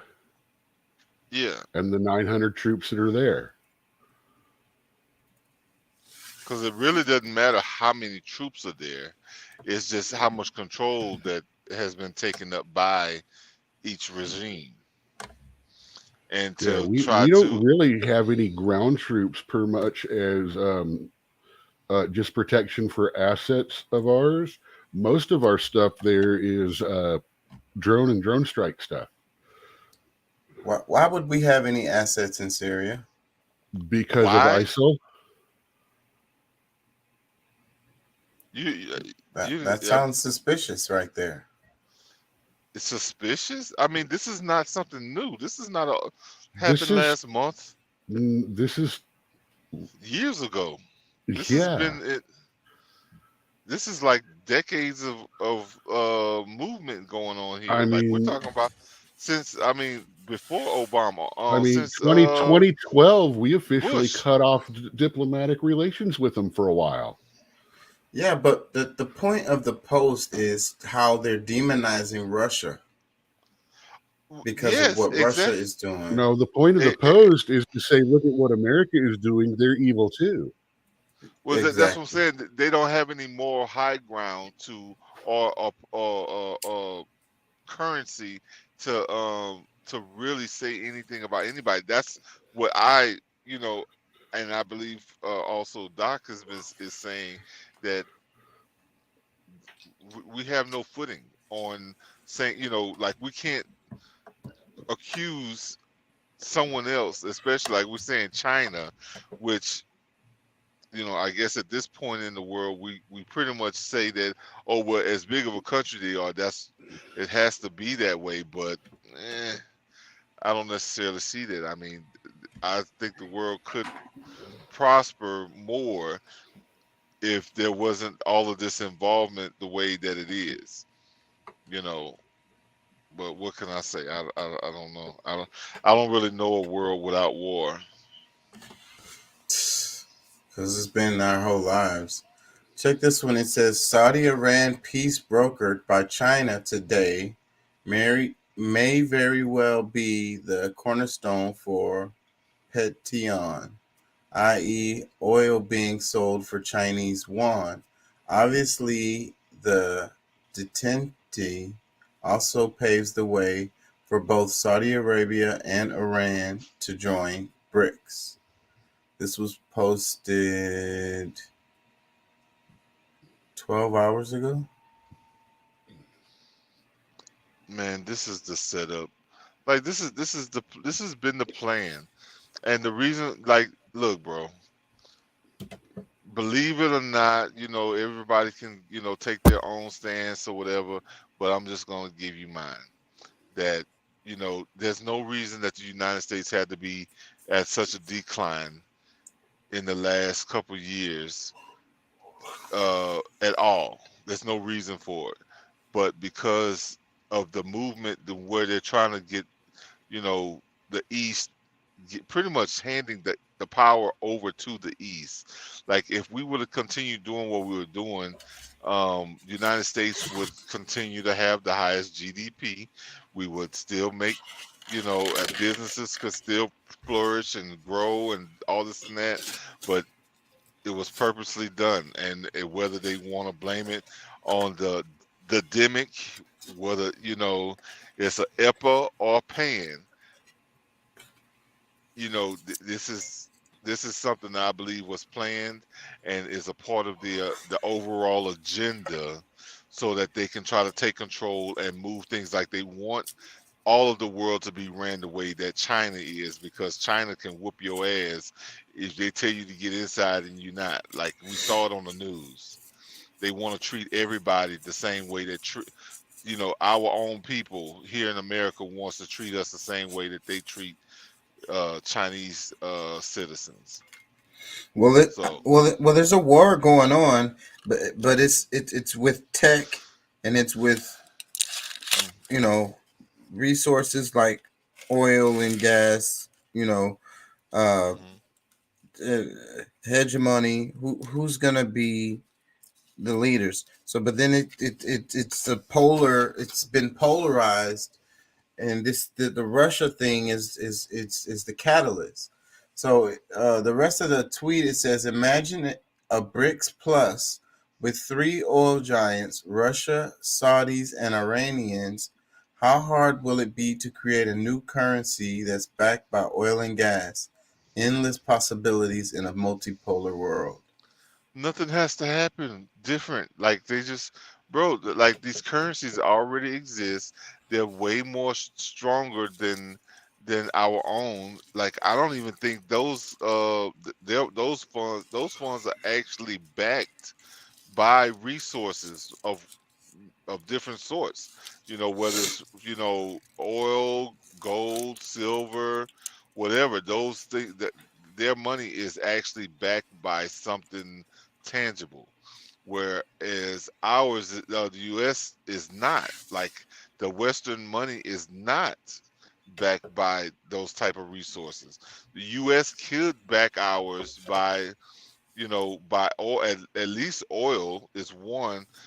Maybe a few other things that we have here. A few of the minerals, but overall, like they are at a higher, a strong. At least visibly, or at least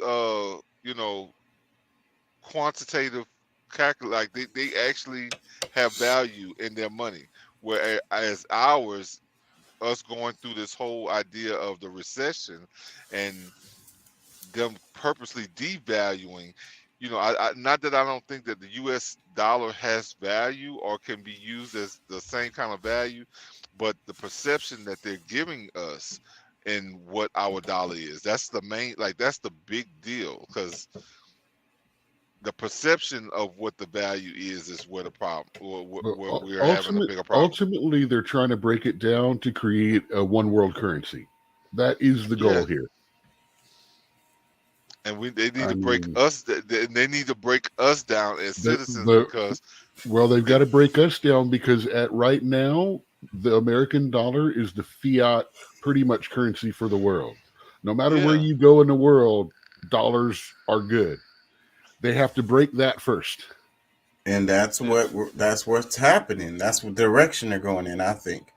Let me read this one. It says a quick on how de-dollarization can happen with more use of yuan.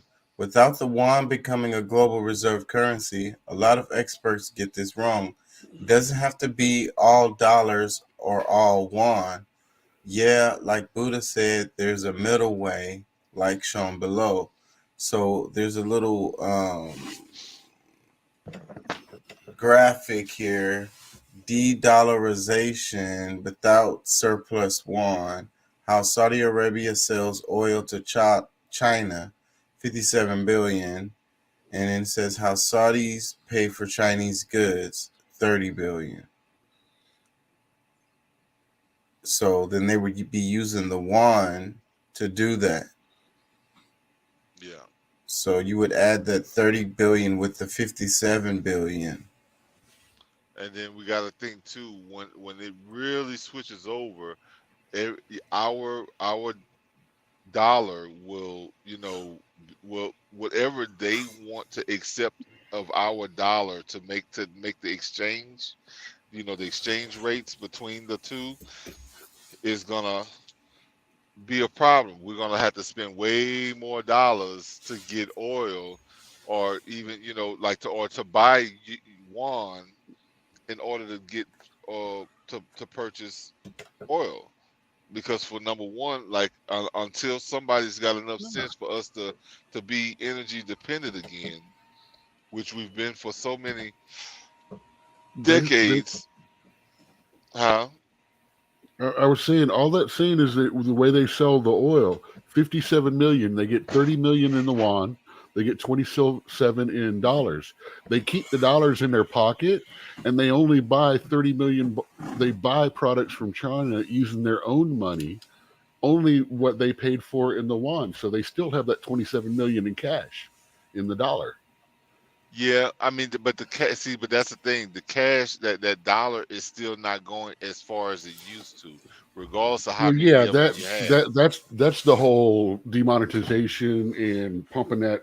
That's the whole other thing.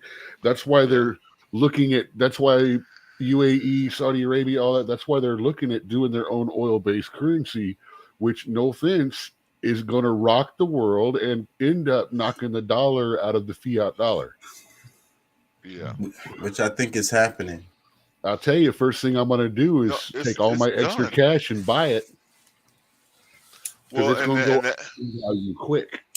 Well, that's definitely would be, I think, a smart move, but something that you can do while the chances are, and I can share a link with you, but buying the silver and gold, crypto, of course, those are going to be mediators to every other form of currency.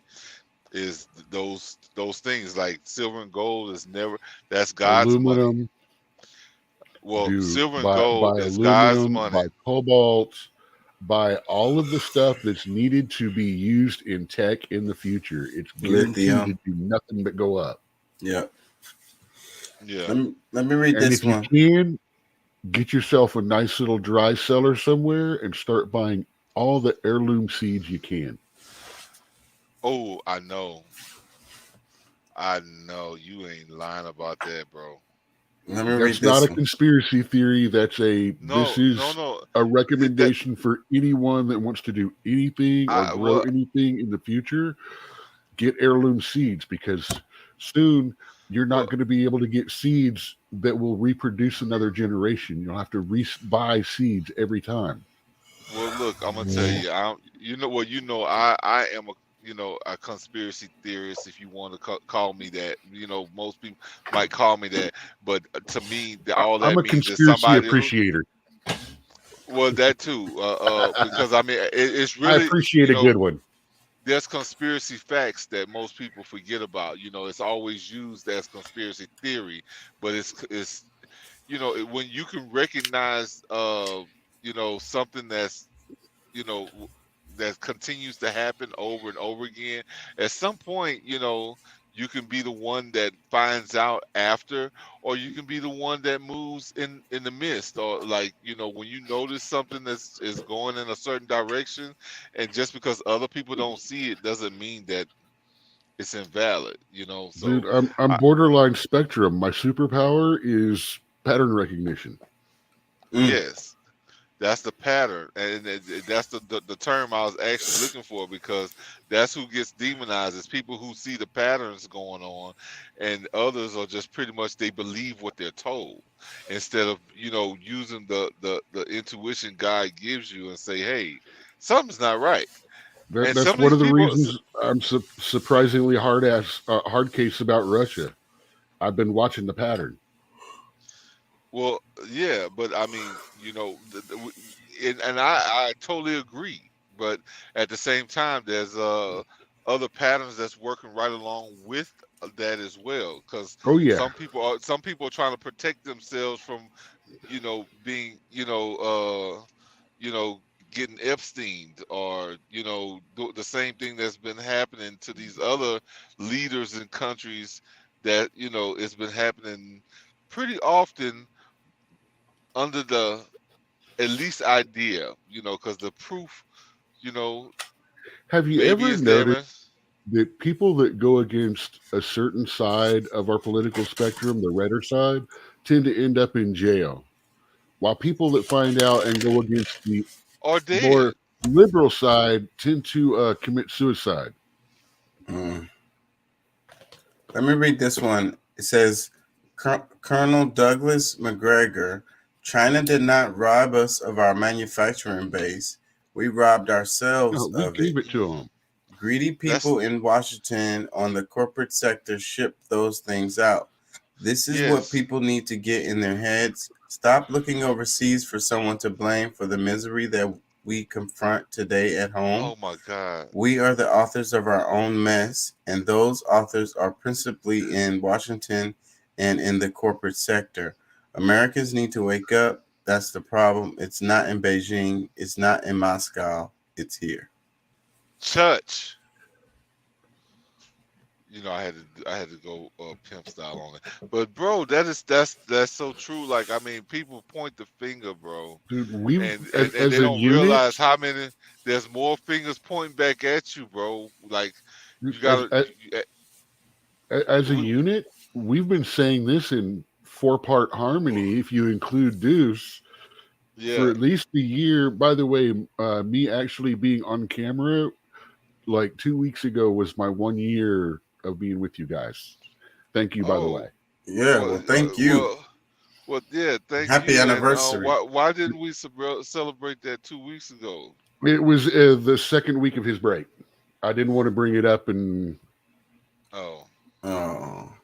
we got back, but year, brothers. We were here last. That's what's up, man. I've been hanging out a little longer, but I've been on camera a year now.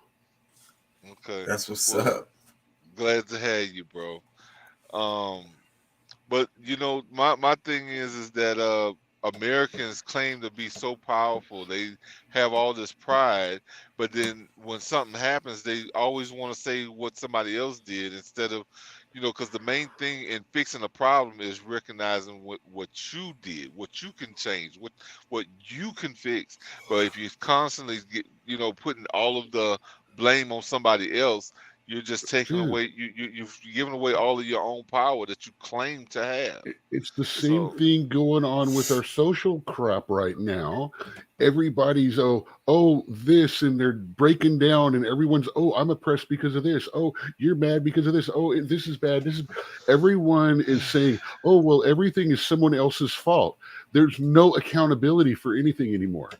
Not even I wasn't the author of this, but I want to find a way to do something about it. Even that much accountability is not being done. It's all, I wouldn't be doing this if it wasn't for that, or if it wasn't for this. It's like, well, why are you allowing that to change fundamentally who you are and make you a worse person? Come on. Yeah, I don't get it. And I really don't. That's our whole politics. Summed up. I mean, and I must say something.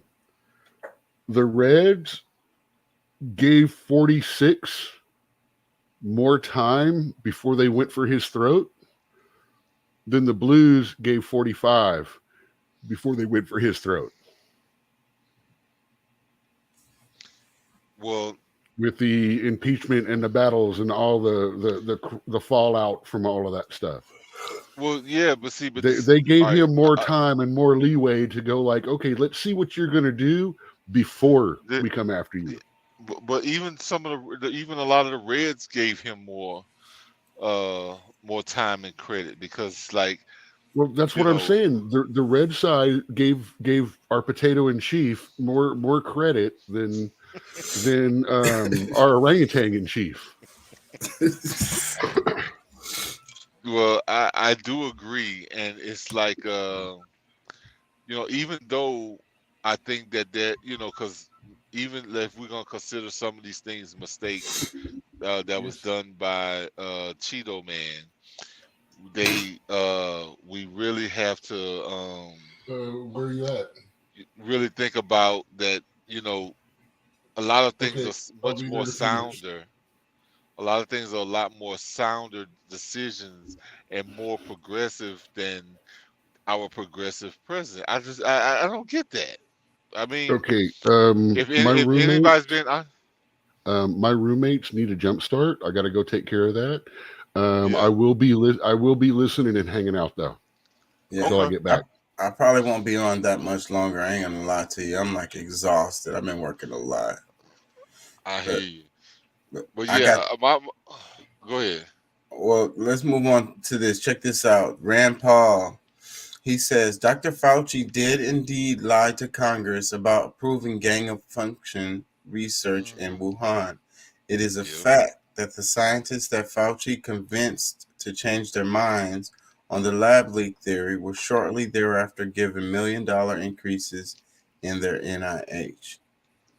A lot of that information is coming out, and it's really funny to me how, like we've said before on the show, how when a news outlet says something and then they quietly or maybe not even ever say like, hey, you know what, we was wrong, like the data that we had wasn't right, and now we got better data, so let's correct that and say it loud enough for people to actually get it.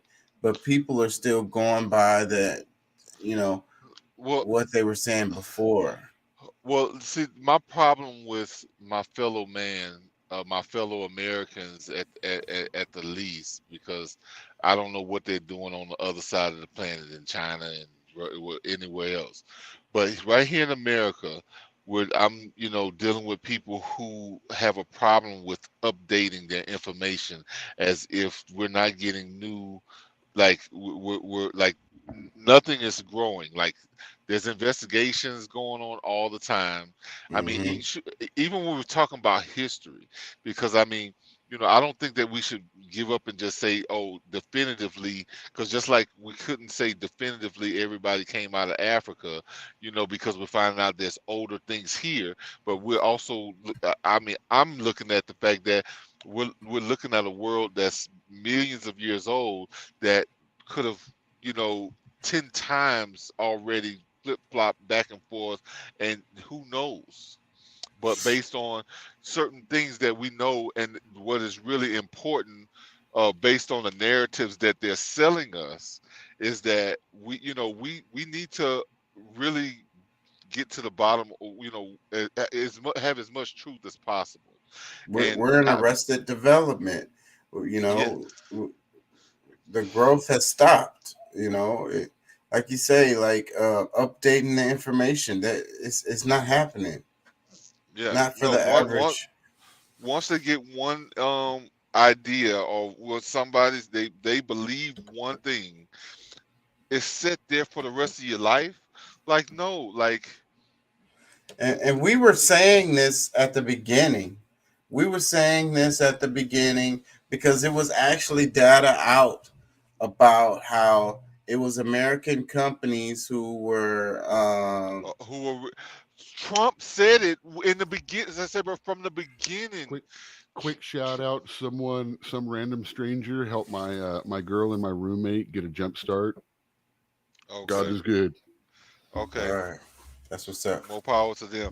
But no, look, there's things that Trump said from the beginning that they made, that the media tried to shut down because that's not the narrative for the time, and of how these things happen, because there was Americans who took this this whole thing from America to China that they knew about, and this, that, and the other, and then all of a sudden, when this outbreak happens,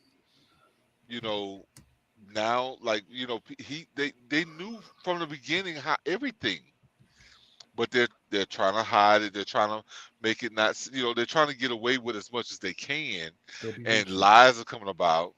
So, the main thing is that when people are saying things to you, and just because you don't want to believe a certain narrative, does not mean that it's like doesn't make it true.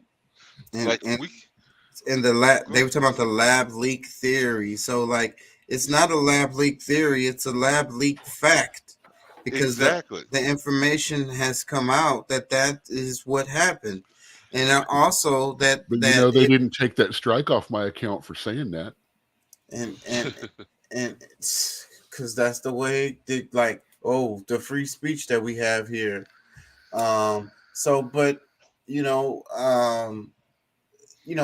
They were financing this gain of function research, and they couldn't do it here in the States, so that's why they were doing it in Wuhan. This is where we go to our question that we ask a lot. Just because you can do it, why should you? And you're reading my mind, because that's the direction I was going in. Is why the hell would we even? What benefits would come from this type of research? Bottom line, the benefits are, because if the Chinese or someone else were to do that on their own, we would have an idea of what to do and where to go from there. Well, it's biological warfare. It's the whole bigger, badder bombs, right, to deter them from getting bigger, badder bombs. Yeah. So, but that logic is so horrible. But I get it. 12 Monkeys, man, great movie, all about. Oh my God! I remember that. Oh, watch the TV series if you haven't. Yeah, that's crazy, because it's like, okay, so we're worried about this other people doing something super horrible or coming up with this super horrible biological weapon. So then we just want to do it first. But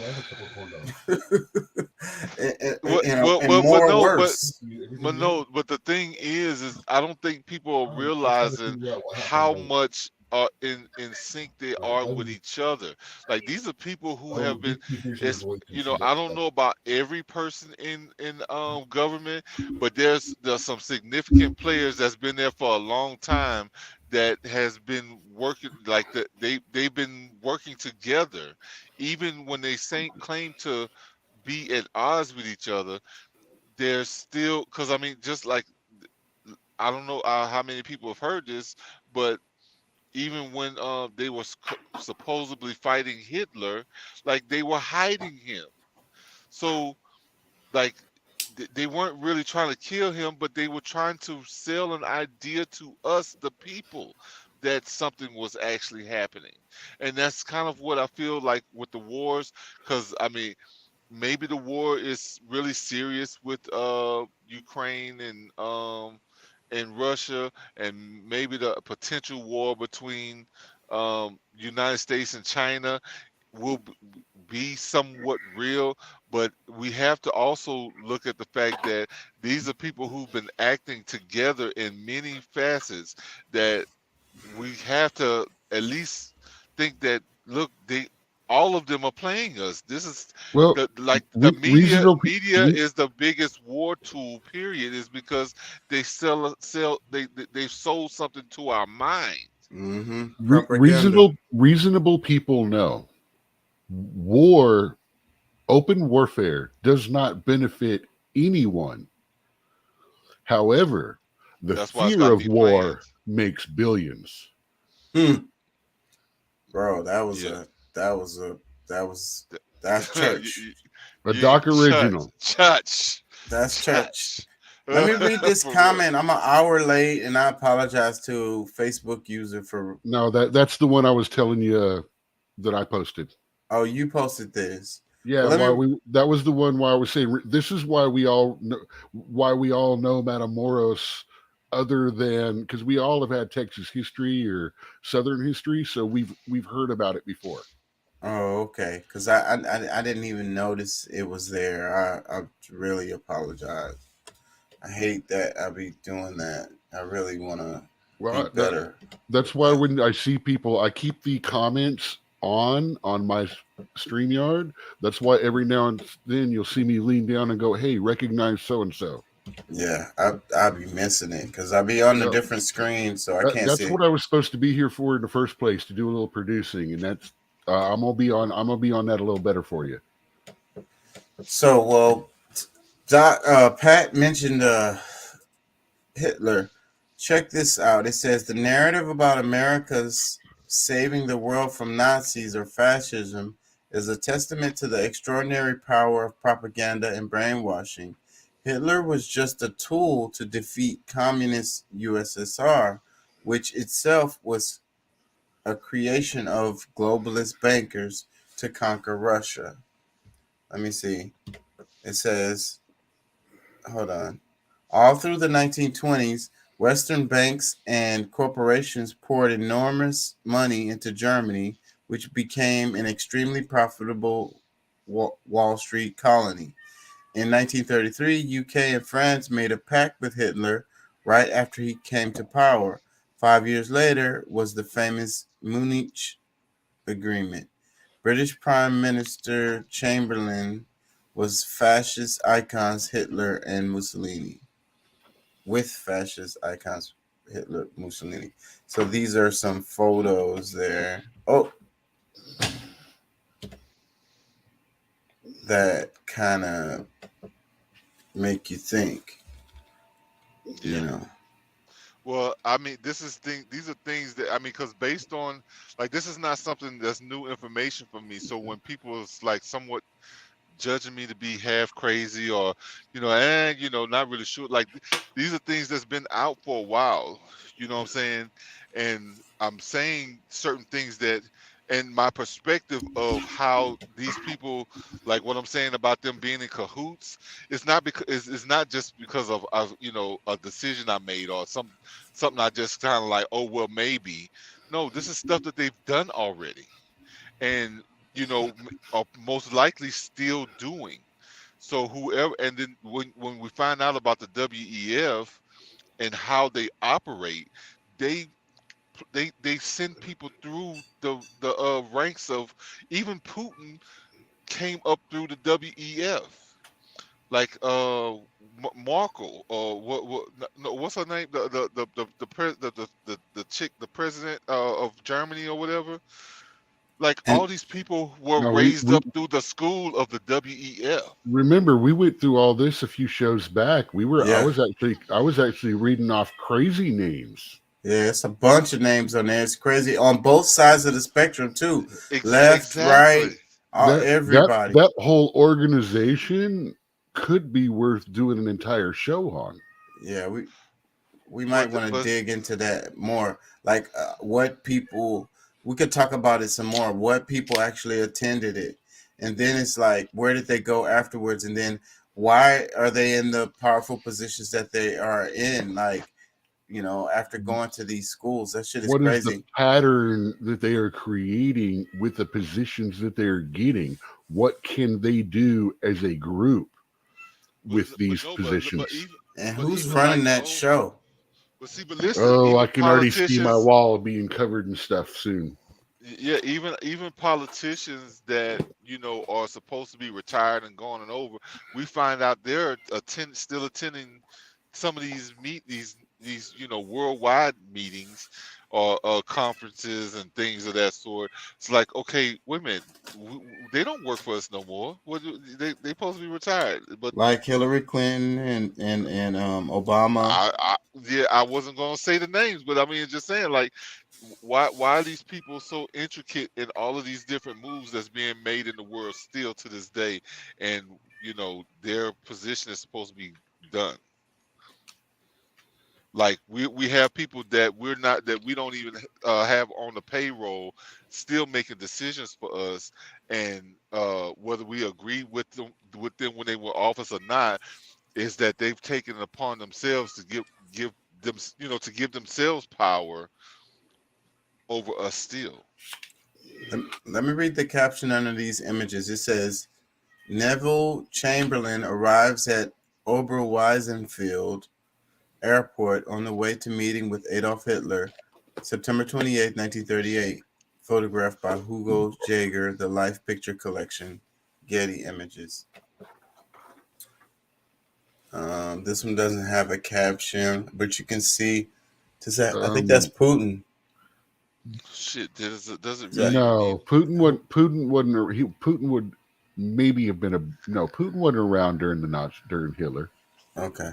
These are the foreign ministers they were talking about. Over here, the UK and France. If I'm not mistaken, there we go. British PM Chamberlain with fascist icons Hitler and Mussolini. Okay. They're labeling, if you look at the narrative, there you go. That's the one. So 5 years later was the Munich Agreement, which was the last picture. That's the British Prime Minister Chamberlain with fascist icons Hitler and Mussolini. It's narrating it on the text to the right. Okay. That's the last one. I thought there was one more. Yeah, there's one more. Nope. Okay. So that's the last one. Munich Agreement was the one before that. UK and France was the one. Yeah, it's labeled. So if you go backwards through those and read upwards, it tells you what they are.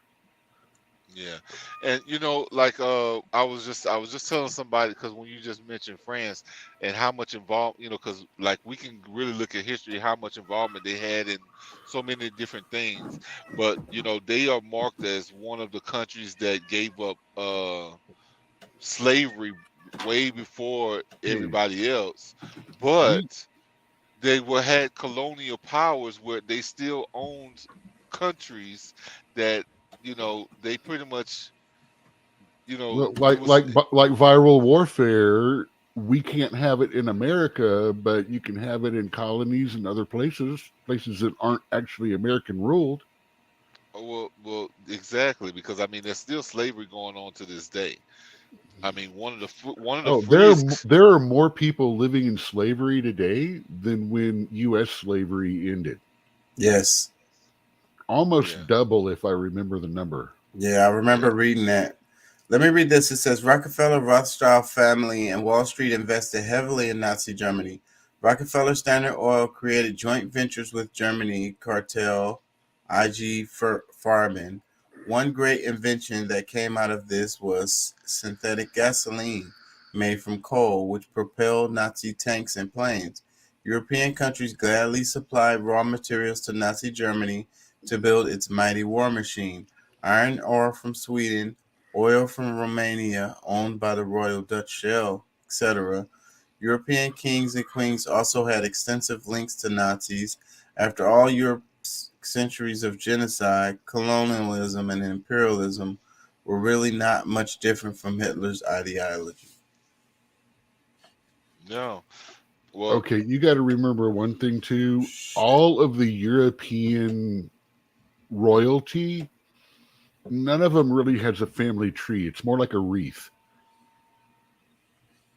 It just kind of all rolls back around into each other like the wreath you put on your door. There's not really a root or where it really, Yeah. Well, I mean, because the royalty was pushed out, the original royalty, and I mean, most people don't speak of it because I mean, the whole whitewashing of our history, like what made people royal then, is different than what is considered to be royal now.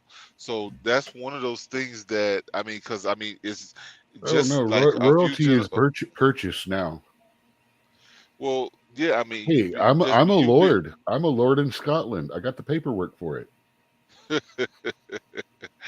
Well, Sir Dr. Doc, man. Queen Elizabeth, who just passed, she was like at the Excuse me, 116th. Lord Dr. Doc, I'm not sir. Yeah, but no, her ancestry came from the Moors. Queen Elizabeth, who just passed this past year, her ancestry comes from the Moors, and A good amount of French, Italian, Spanish, Spanish. Most people look because at Europe. The Moors occupied a huge chunk of Europe for a long time, All and they of it. employed a breeding policy. Literally, their intention was to breed the Moors into the kingdom. Yeah, I don't think they were breeding the white out like what white history says they were trying to breed the white out. That wasn't the way they saw it. The Moors looked at it was by blessing this place by bringing more Moors into. And I'm saying more when that's actually not. From them it was, Islamists, more of the true faithful, breeding more of the true faithful. Well, Moors, see, that's the thing. It's actually just another word for black people or Middle Eastern, actually. Well, that's what I'm about to say. That's a point that I was just going to make, because, Moor did not have a religion. Moor was more of a bloodline, and regardless, just like... That's why I was trying to use that properly in my description there. Yeah, like I tell my cousin, I was like, okay, your grandparent and my grandparents are the same. But the Moors were not all Islamic. No, because they were Jews, they were Christians, and they were Muslims. And the Bible tells us that, but we find ways to ignore it. Most people. They all got along because most of them were cousins, it's related some kind of way, but because they chose a different belief system, that now they're totally different people. And no, I think biology makes up more of who you're related to more than a religion, something that was created itself by the people. But I digress. Let me play this clip here, and it says Tucker Carlson admits the NSA hacked into his Signal messages after he was planning a trip to Russia to interview Vladimir Putin. Tucker, please don't let the NSA intimidate you. We desperately need this interview. And Yes. Before I play this clip, it's like, why would they have such a huge problem with Tucker Carlson having an interview with Vladimir Putin? We already know the answer to that, but that's a good question to arise. Because he happily talks shit. No, see, the thing is that they don't want the people to know anything close to the fucking truth about what the hell is actually going on. Listen. If we looked at the order of the ownership of these different media places, Fox News is the only one that is not a part of that big conglomerate. Not to say that they don't fall into a lot of the entertainment cues that a lot of the others fall into, but Tucker Carlson at this time in life in this world, at this point, he's like the highest level of journalism, or the closest thing to journalism that we can find. Dude, he cracks himself up. Everyone's all, oh, he believes this. It's like, no, look at his face. He really doesn't. He knows he's talking crap. He's having fun with it. Yeah, he has a lot of sarcasm. He really is. Yeah, it's entertainment. But at the same time, he's not gonna, because he's not. He's like Alex Jones, but not way the freak out there. Yeah, no, I agree. I'm the character Alex Jones, not the person. Yes, I agree. Tucker Carlson is a character. Yes, but I say watch him, enjoy him, laugh at him.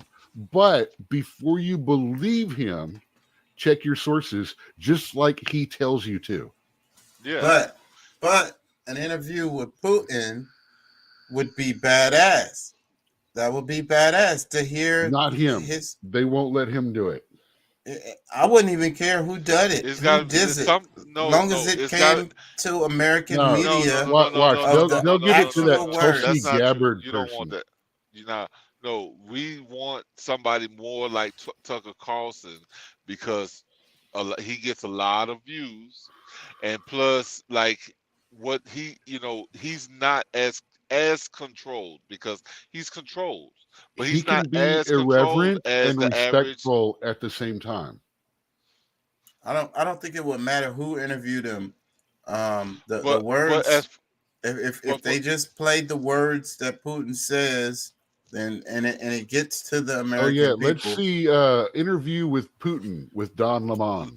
Listen, look, I've heard I'm up for that. Yeah, that will be pure entertainment because Putin would probably be making fun of him the whole time. He would, like he couldn't take it serious, bro. Like I mean, I don't think he'd have any respect for. Yeah, he probably wouldn't. He wouldn't actually do that. Hey, why don't we get Zach Galifianakis between two ferns? But look, guys, there's some stuff that's going on that I don't know if everybody's really seeing, but it's coming to a head with a lot of the information that's available. Certain words that has been spoken by different not talking heads, but heads of states that is saying, like they're actually saying it in media that the war on globalism and nationalism is been spoken. So it's coming out clear. More people realize what we're actually going up against, and that the war for that is actually becoming clear, because even those who follow behind Biden, because like this is political, like this is war right now. A lot of this political stuff that we're hearing and like we're seeing and going through right now, wartime propaganda, fourth generational warfare. Yeah. Well, we're in fifth generation. You guys have still never really looked into that after I've been on this for a long time. Let me play the clip. We're in it. And I've been all over the world. I feel like I've been everywhere except Russia. And Russia is a combatant in a war that's changed.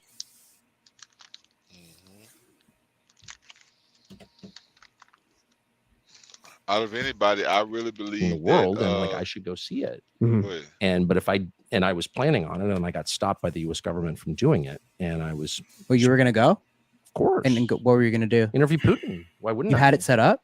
I was working on it, and they broke into my text messages. The NSA broke into my Signal account, which I didn't know they could do.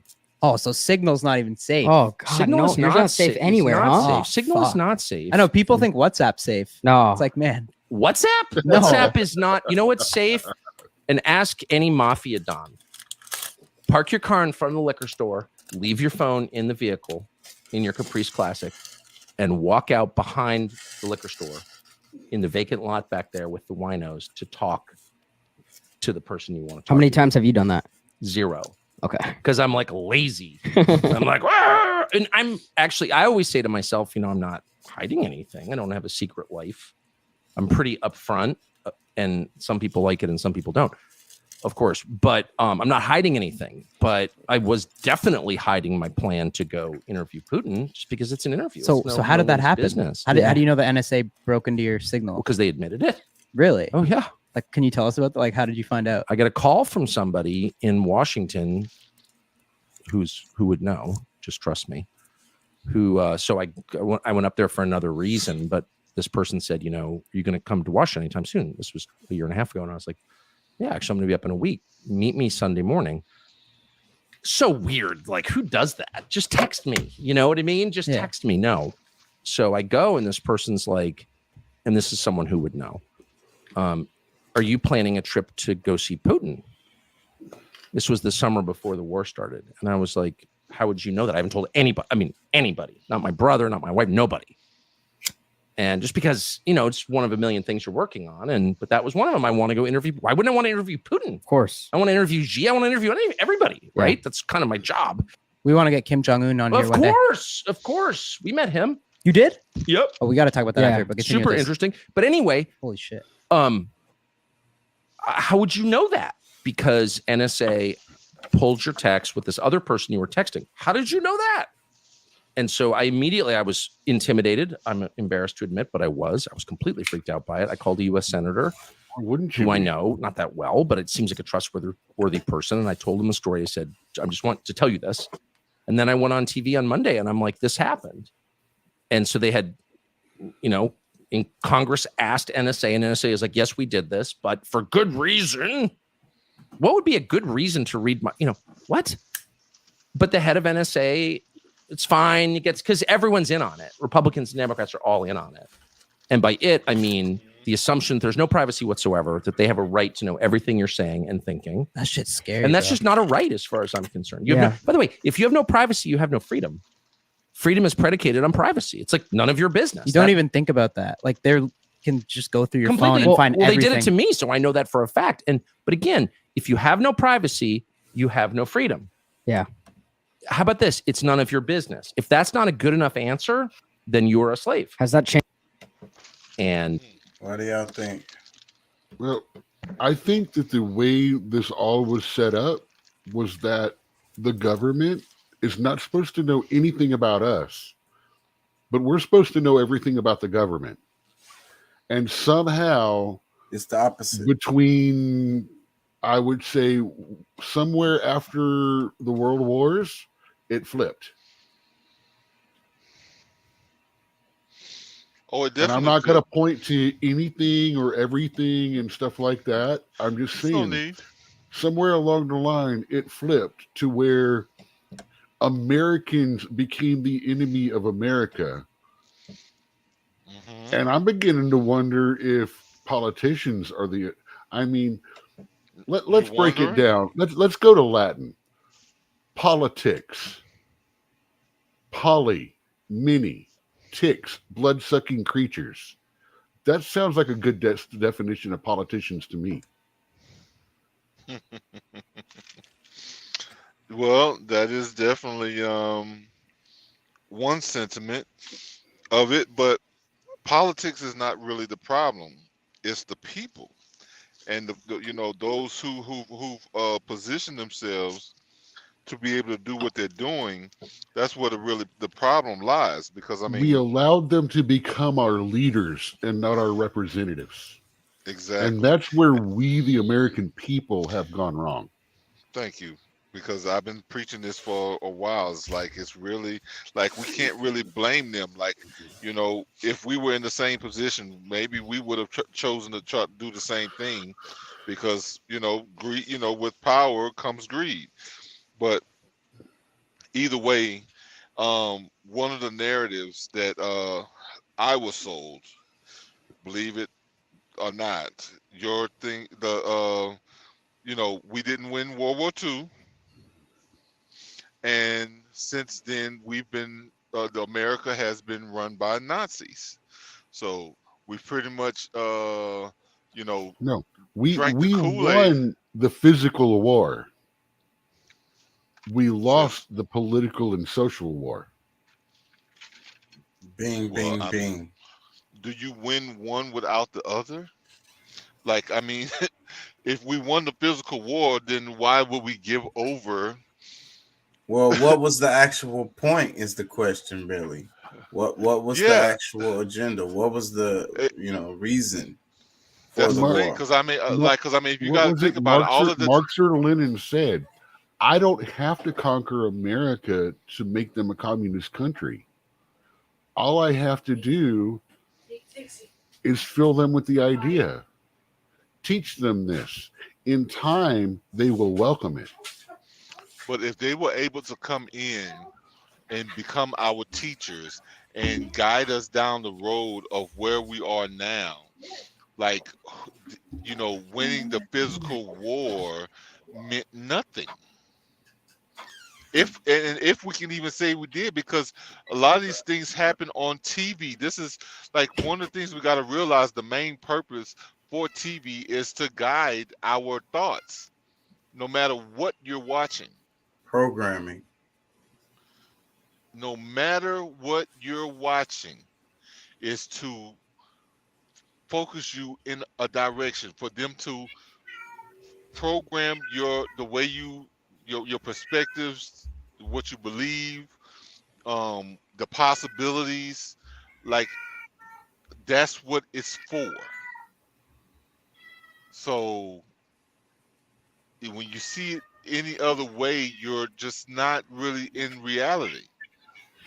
Because that's why they use it. Like that's their biggest tool.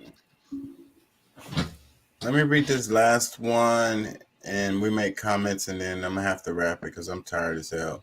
It says, Russia FM spokeswoman, figures graphically prove that the West is striving to make as much money as possible from the conflict in Ukraine.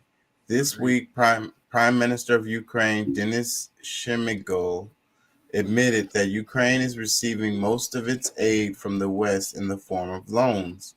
Last year, its national debt increased by $13 billion to $111 billion. This is bestiality. Ukrainian citizens have been told all along that the West was helping them in upholding their statehood. So much was said about greatest aid that is a manifestation of loving and caring for their future, democracy and freedom in Ukraine. What kind of freedom is this? This is real slavery. This is hopeless servitude. And that is what's going to be the result of the Ukrainian people, because after all of this is over, they're going to have to pay these debts, you know. Bro, who said well, that? That's okay. BlackRock is there to help them peacefully rebuild. Bro, they'll help them through this. Whose comment was that? It's the Russian FM spokeswoman. Okay. But yes, bro, that is. I think that's finance minister or foreign minister. I'm not sure. But look, I just made a comment just recently. I think last weekend on the show that, or the weekend before, whenever it was, about us fixing our, deficit because of our debt. That's what puts the American people, the United States citizens, into slavery. No, the debt. Yeah. Yes.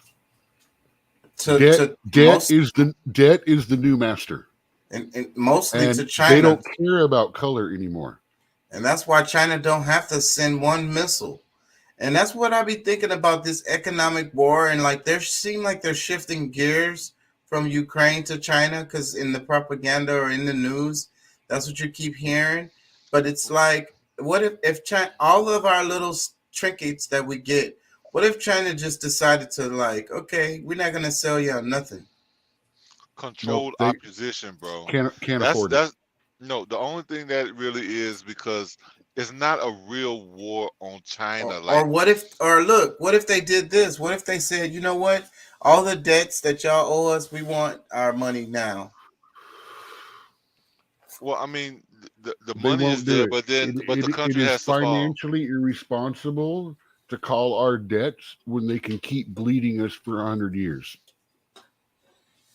or more, because they have a 500-year plan, a 1,000-year plan. Do we? And if we do, I think potentially, based on our government, our 500-year plan and our 1,000-year plan is based on the Chinese government, or the reliance on their lead. They could default those loans and just literally own the United States. No, that creates a whole worldwide crisis if they do that. I mean, you're looking at simple plan, not the big plan. Yeah, because I mean, one thing you got to realize, because the way that they set up you're looking at the screws they turn, not the devices they're attached to. Well, yes, yeah, because see, like they can produce everything that they need, but we're the biggest purchasers, except enough food. And I keep saying that you got India, countries in China emerging. They could sell their trinkets over there. These people are coming along. China now owns over 3,000 acres of farmland, or 30,000 acres, something like that, of which many of them are close to major American bases. Just to throw that out there. Well, look, just so that y'all can see the play, and y'all can kind of maybe be able to see it for yourself.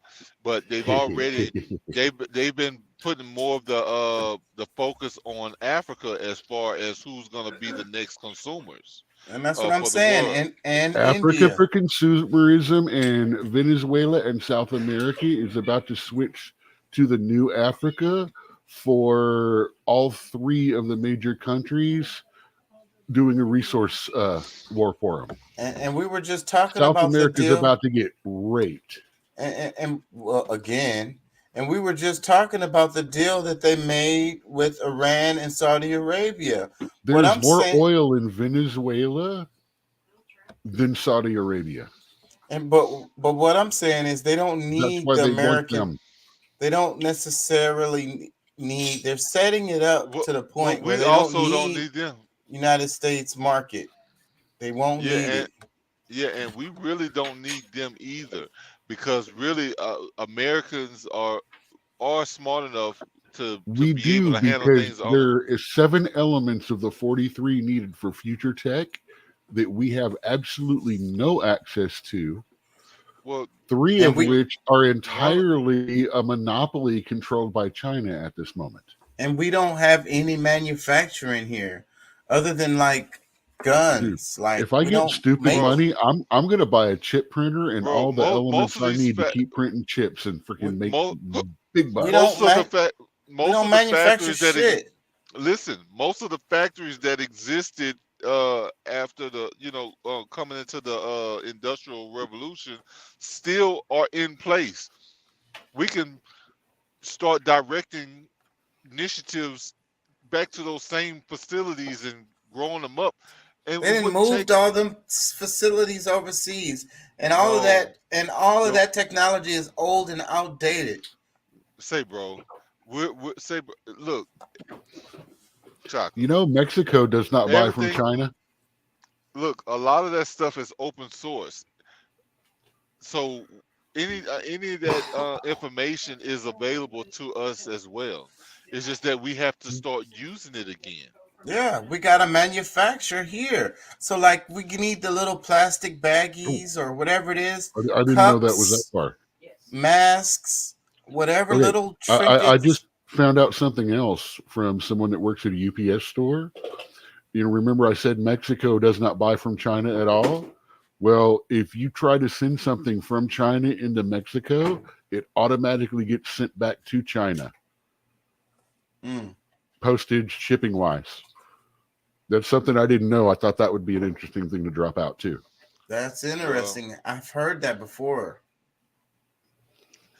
Well, that's my first time hearing it, but it makes total sense. And, I think that we really, because we made it such a dependence, we were so dependent on the slightest product through China because of we can get it for pennies on the dollar, but we can change that. Like, the same way that they's producing it for pennies, we could do that too.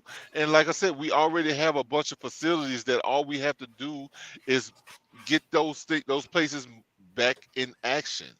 Like, that's what it's like. It's not like we even really have to start off with totally brand new centers or like places to like building from scratch. No, we have buildings and factories, like huge, like thousands of acres of factory that's still there.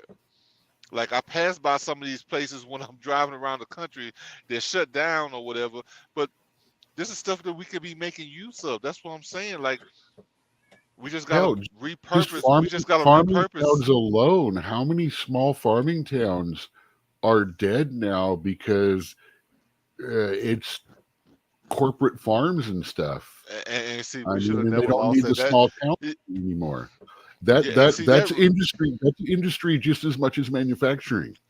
Well, see, that's one of the reasons why we should know that our own, people that we've hired are the ones that actually ruined this country for us. Because, why would we, like the importance these of people our own claiming to food. be our leaders and telling us what to do instead of representing what is in the best interest for American people. Yeah, but my thing is like, okay, it's never a good idea to give away all of your like depending, when you make yourself dependent on others, like you're weakened. Like it's nothing like when we're expecting freaking most of our food from the other side of the planet. Like personally, I don't think we should allow American land to be owned by foreign interests. I think they can rent the hell out of it, maybe even for cheap, but I don't think they should be allowed to actually own it at this point. Well, I know that crosses a whole bunch of other stuff and things like that, but you know what I'm saying at the level that I'm talking. Because that would be where because I mean, but yeah, I'm just I don't want to get down to the bottom and open that can of worms yet. But let me ask this though: how many American companies own land and all resources in Asia, in China? Absolutely, and there's a lot of countries where they don't own the land; they're only leasing, they're only renting. A lot of countries do not allow foreign ownership, or they only allow foreign ownership if, like in the Philippines, an American can't buy property, but they can marry someone who owns property. And if they die, and if they die and have no other heirs, then the American can own the property. Americans. I didn't know about Mexico. You can't. United States citizens cannot. Because I'm saying America because Mexico is America too. But the United States citizens cannot purchase land in Mexico. I did not know that. Yep. Let me play this clip right here. This is interesting. That's actually a good one to look up too, is where we can and can't own land and stuff like that. That all makes sense. How come we're not doing that kind of stuff? Let me play this right here. Open businesses in their own communities, and this is mutually beneficial, where the business owner is making a livelihood off of providing goods and services to their community, and by being a member of the community, they're contributing and they're investing back into the community. This is an ideal situation, and that is not what happens with Asian American businesses operating in Black communities.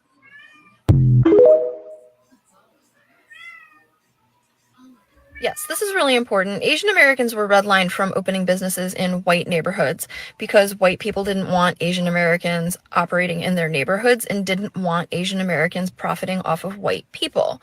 But because the positionality of Asian Americans is weaponized to oppress Black people, Asian Americans were being given loans to open businesses in Black communities, even though Black people were not able to receive loans to open businesses in their own communities. And as I've said before, as a result of this, Black wealth is essentially paid out twice when it goes to Asian American businesses, once when the individual pays for the goods or services, and then again when the Asian American business owner removes the profit from the community.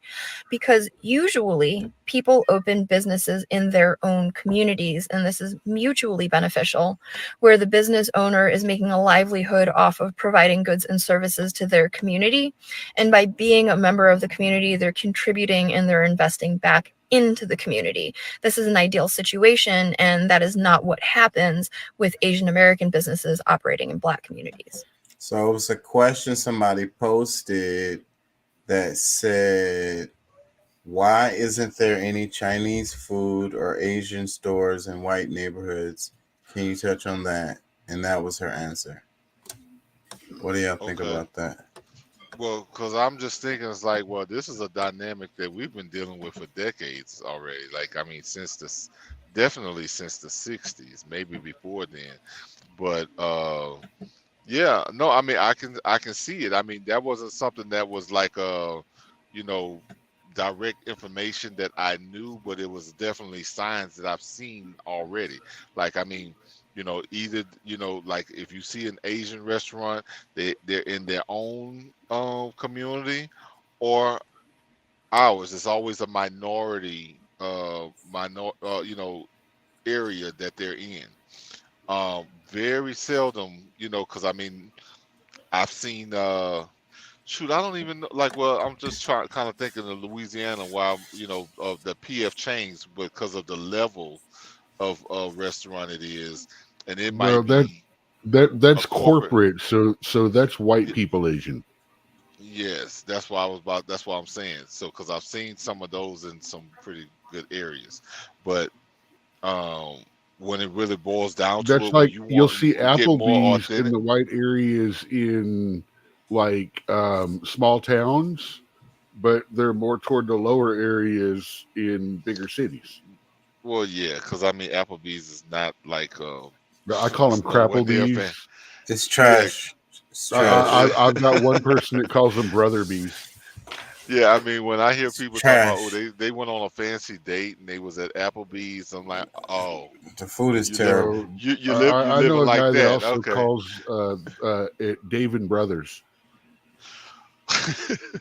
Let me read this comment though. Because this rebuttals what she says. It says, "I call BS. One of the best Asian restaurants in Beverly Hills is Emporium Thai. My God, the food is unreal. If you're ever in the mood here in Cali and don't mind going to a white neighborhood, as she calls it, try them out. The chicken and broccoli pad see ew and the Thai donuts for dessert is bomb. There are other Asian restaurants in the area. This one is the best and the most night celebs eat here. It always fun to see the musicians coming in to dine." Yeah. Okay, Not so really. now I we're mean, talking. that's There's an emotionalism exception to every rule. and some emotionalism there, because Yes. And I, we I all know where the go ahead. rich areas are, where the rich people go. We know 2 blocks away outside of that light is normally Third Ward. Yeah. You know, like Midtown, downtown, that whole area that's so, uptight and all that. 2 blocks away from that is literally the worst crime district in the state. Yeah. Even the police won't go over there on a weekend night past where the street lights are. Yeah. And that's where they position those. Yeah, the white people go there. That is the exception to the rule. They made it. They got a couple of famous people pop by, got their name up, got into a good area because they're there. The other Asian restaurants can get a couple of blocks away. Well, and I there's guarantee you, they're still going to be at the edge of that ghetto, barrio, whatever it is, that lowbrow district right nearby.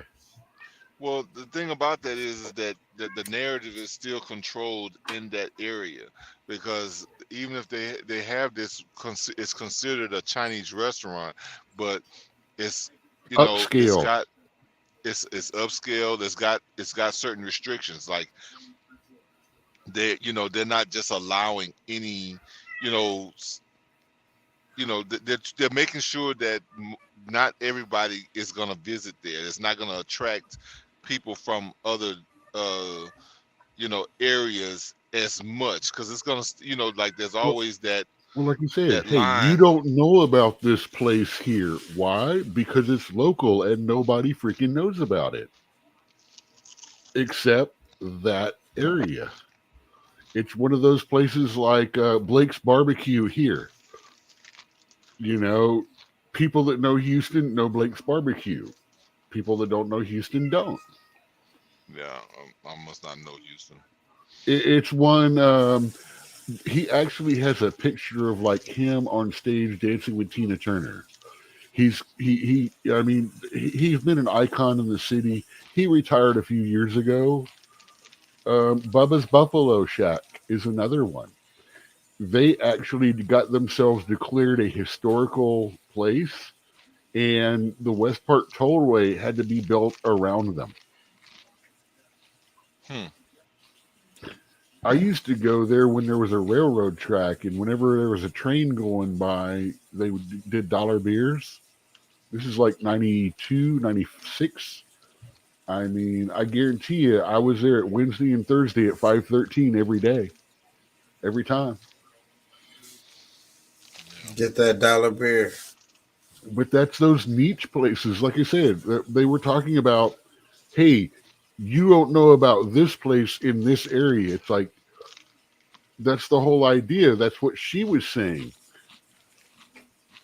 We're normally pushed to the side, but you're saying, oh, there's other Asian restaurants near there. So again, I bet you those guys are pushed to the side of that area where the high dollar celebrity traffic goes over 2 blocks into Third Ward. Well, and Or their equivalent. Based on the terminology that the lady in the video gave, that most of them are red lines out of certain areas, but when they have a certain thing, especially if that the people of that area want something, they're gonna have to still exist within like an orange line or a yellow line. And Thai Pad is trendy though. Yeah, and I bet you the price points are high. That restaurant that they're talking about is like raw sushi, R-A or whatever it is, raw sushi, the store, the restaurant. When it hit here 15, 20 years ago, it was like, wow, super niche market. It went from, $8-10 sushi everywhere you go.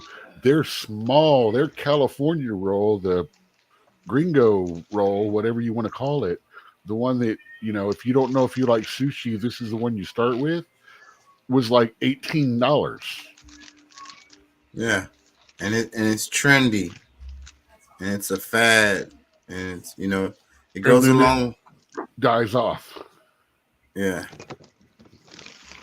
It goes along with the kale and the yoga mats.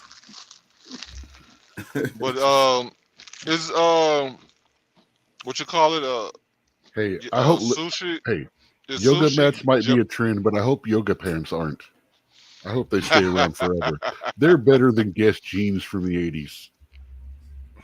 Did any of y'all see the Chris Rock special? You talking about the last 5 minutes? I didn't watch it, but a lot of the internet was talking about it a lot. So he was going to capitalize for it. He was sitting on this for the longest. No, he's going to make money.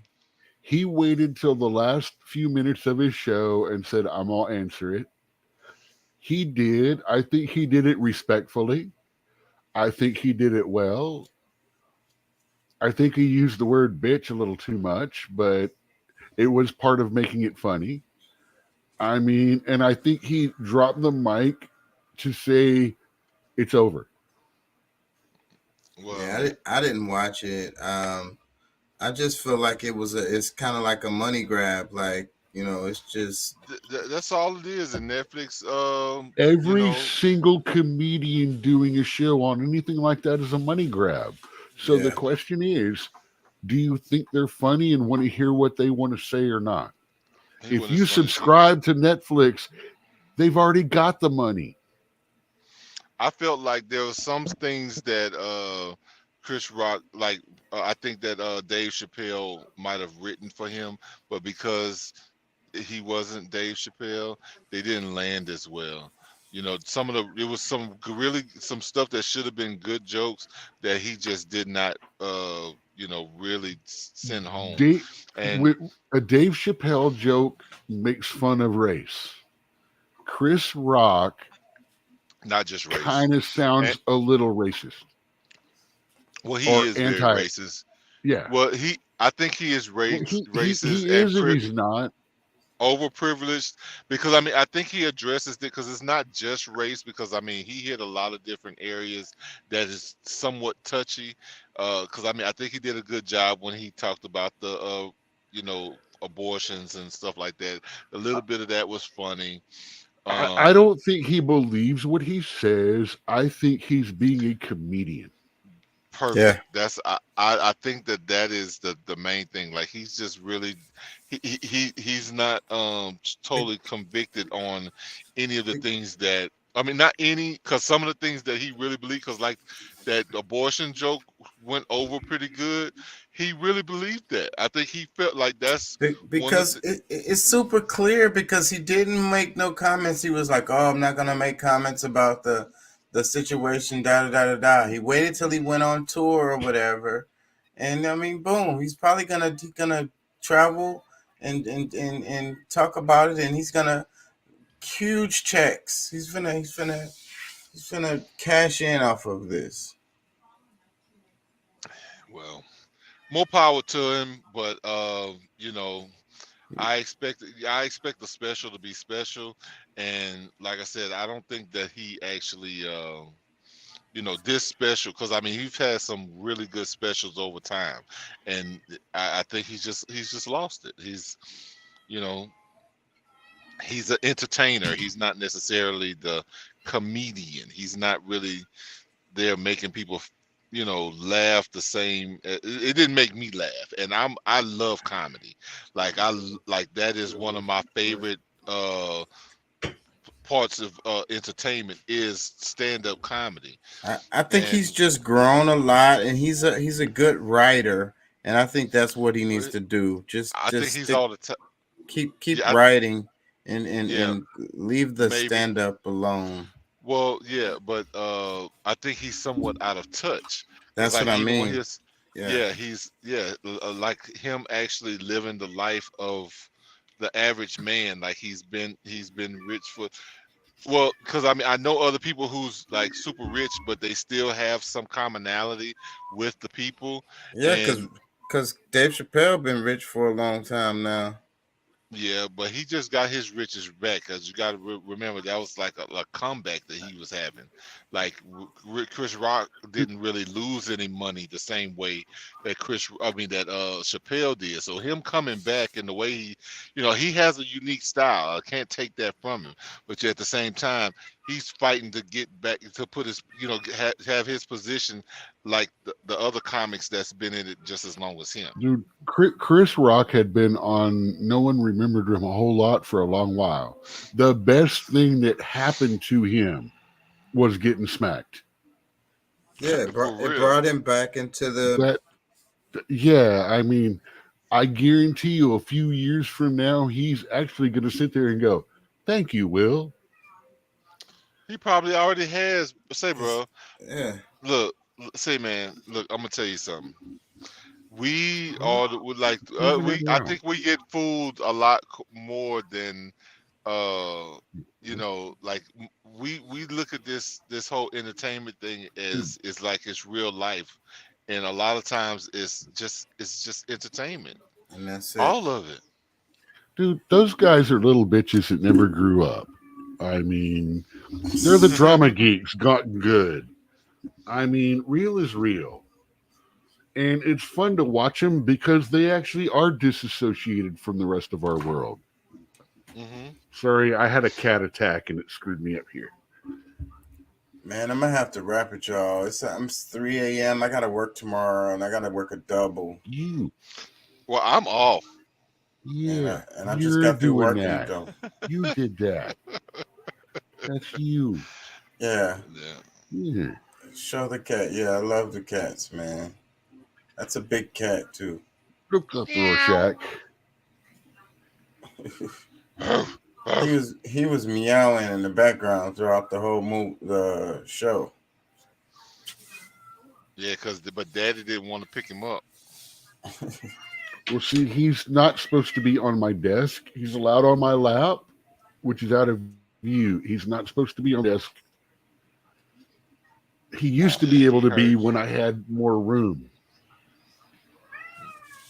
All right, well, I've got a girl in heat and 2 boys. So, they that's why you're hearing stuff. Is because one's locked in the bathroom. Oh. All right, man. Peace and love. We'll be back tomorrow. Peace and love. Random stories. Love. Out. just to the people, look, y'all got to think more for yourselves, man. Y'all can't keep just believing everything you see on the surface. There's something way deeper behind all of these things that you're seeing. And, you know, we're trying to help bring some light to the situation. You know, I hate to seem like a beggar, but, you know, it would help if some of you guys that appreciate what we're doing here, go to the Cash App. You know what I'm saying? Throw a few dollars in there. You know, whatever you can help with will be great. The likes, you know, keep us in the algorithm. You know what I'm saying? If you can't add no money, at least put your likes in. So and share. But wait, before we go, let me ask you this. Subscribe on YouTube. Subscribe on Twitch. All the places where you can subscribe. Yes, I would appreciate it. Comment. Everything you do to interact with us helps us to become bigger. And that's what we want to do. Before we go, one last thing, because the name of the show was Tragic Comedy, and I did a short monologue at the beginning, thinking of just like the situation of the world.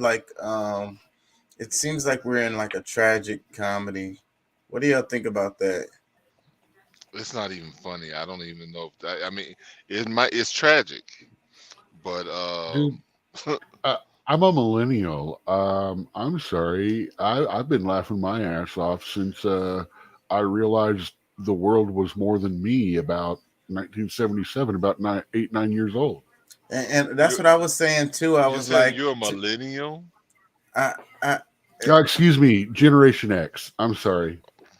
But look, that's what I was saying too, though. I was saying that I think that for you to be sane in this world, you kind of got to have a bit of a morbid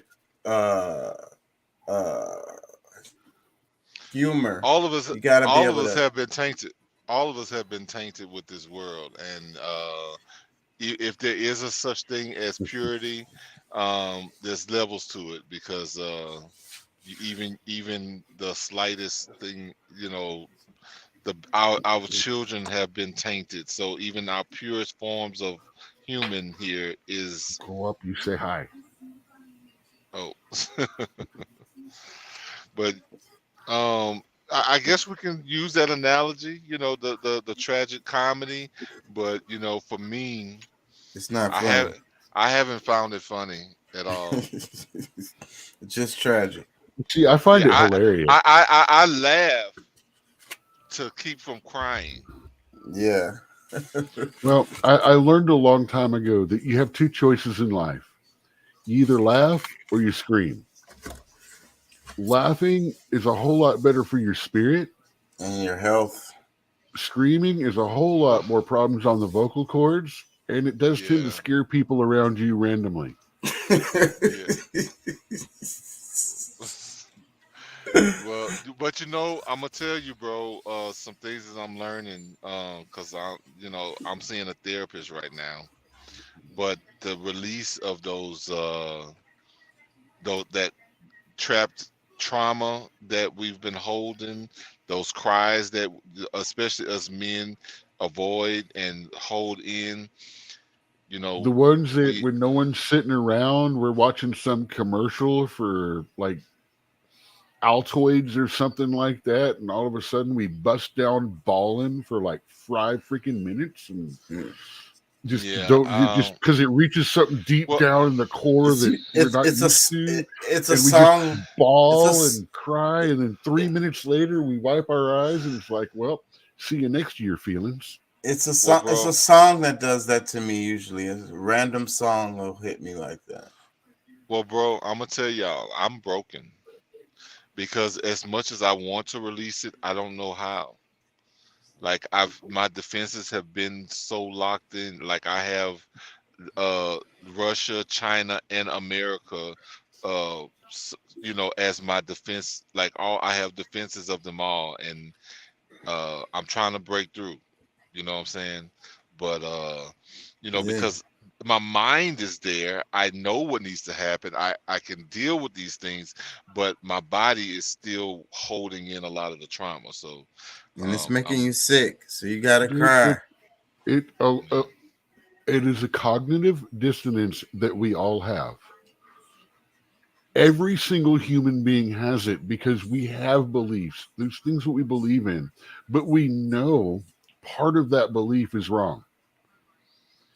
And mentally, emotionally, we have to start realizing that and bringing those beliefs together, understanding that, yeah, we're not right.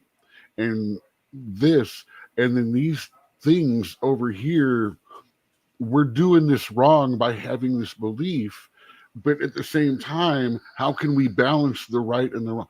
That is what every single human in the world is dealing with. Cognitive dissonance.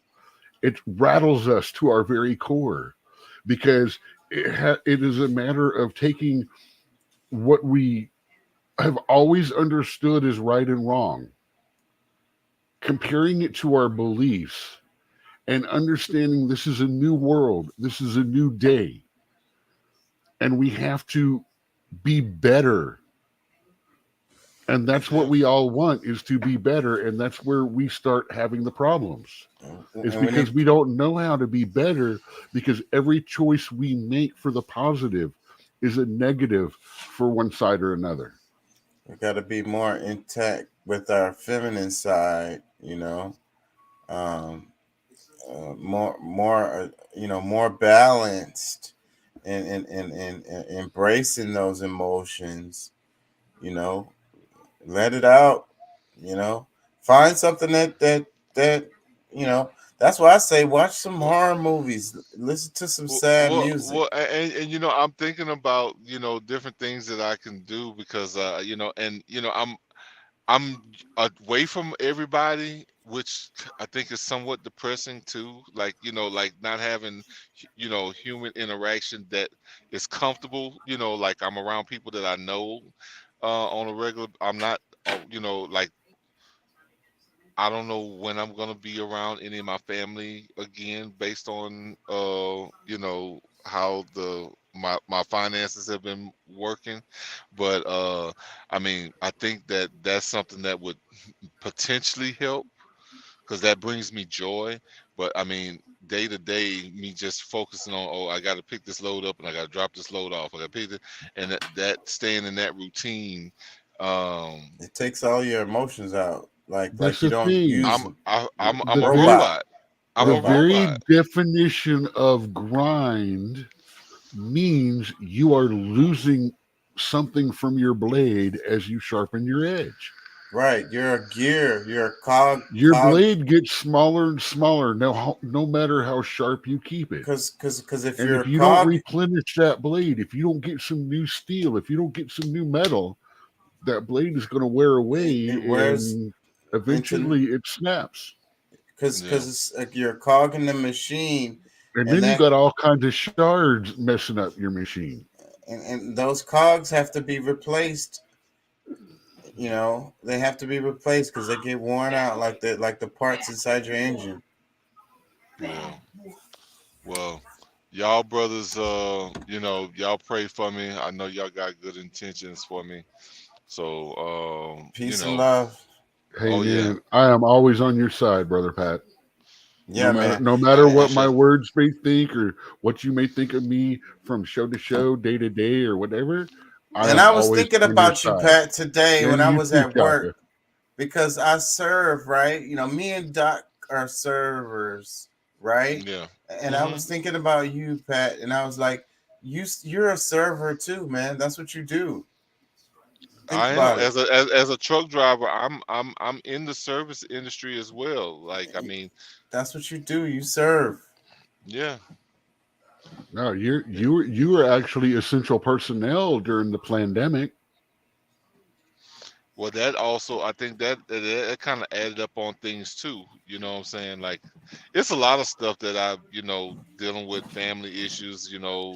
Those who taken the jab and haven't, and just overall, I've been calling it the Fauci-ouchie. Yeah. But you know, like I said, I mean, I have no doubt that, you know, I'll overcome it, but, you know, sometimes it helps to just kind of have somebody to talk to about it. And you have to think about plans. Make a plan for a change in your life, like a fundamental change, because you can't keep going like this. Oh no, I mean, This. well, we've been talking, you know, I have some things in play, but, you know, like, if it was all up to me, it'd be done. Yeah. You know what I'm saying? Like, I've done my part. So, I mean, at least on that. And I mean, I guess I can keep, you know, putting new irons in the fire, but, you know, I do believe at some point, you know, the few things that I have been working on will play out in a positive way for me. All right, man. Peace and love. Thank y'all for listening. Thank y'all for joining. We'll be back tomorrow. Sure enough.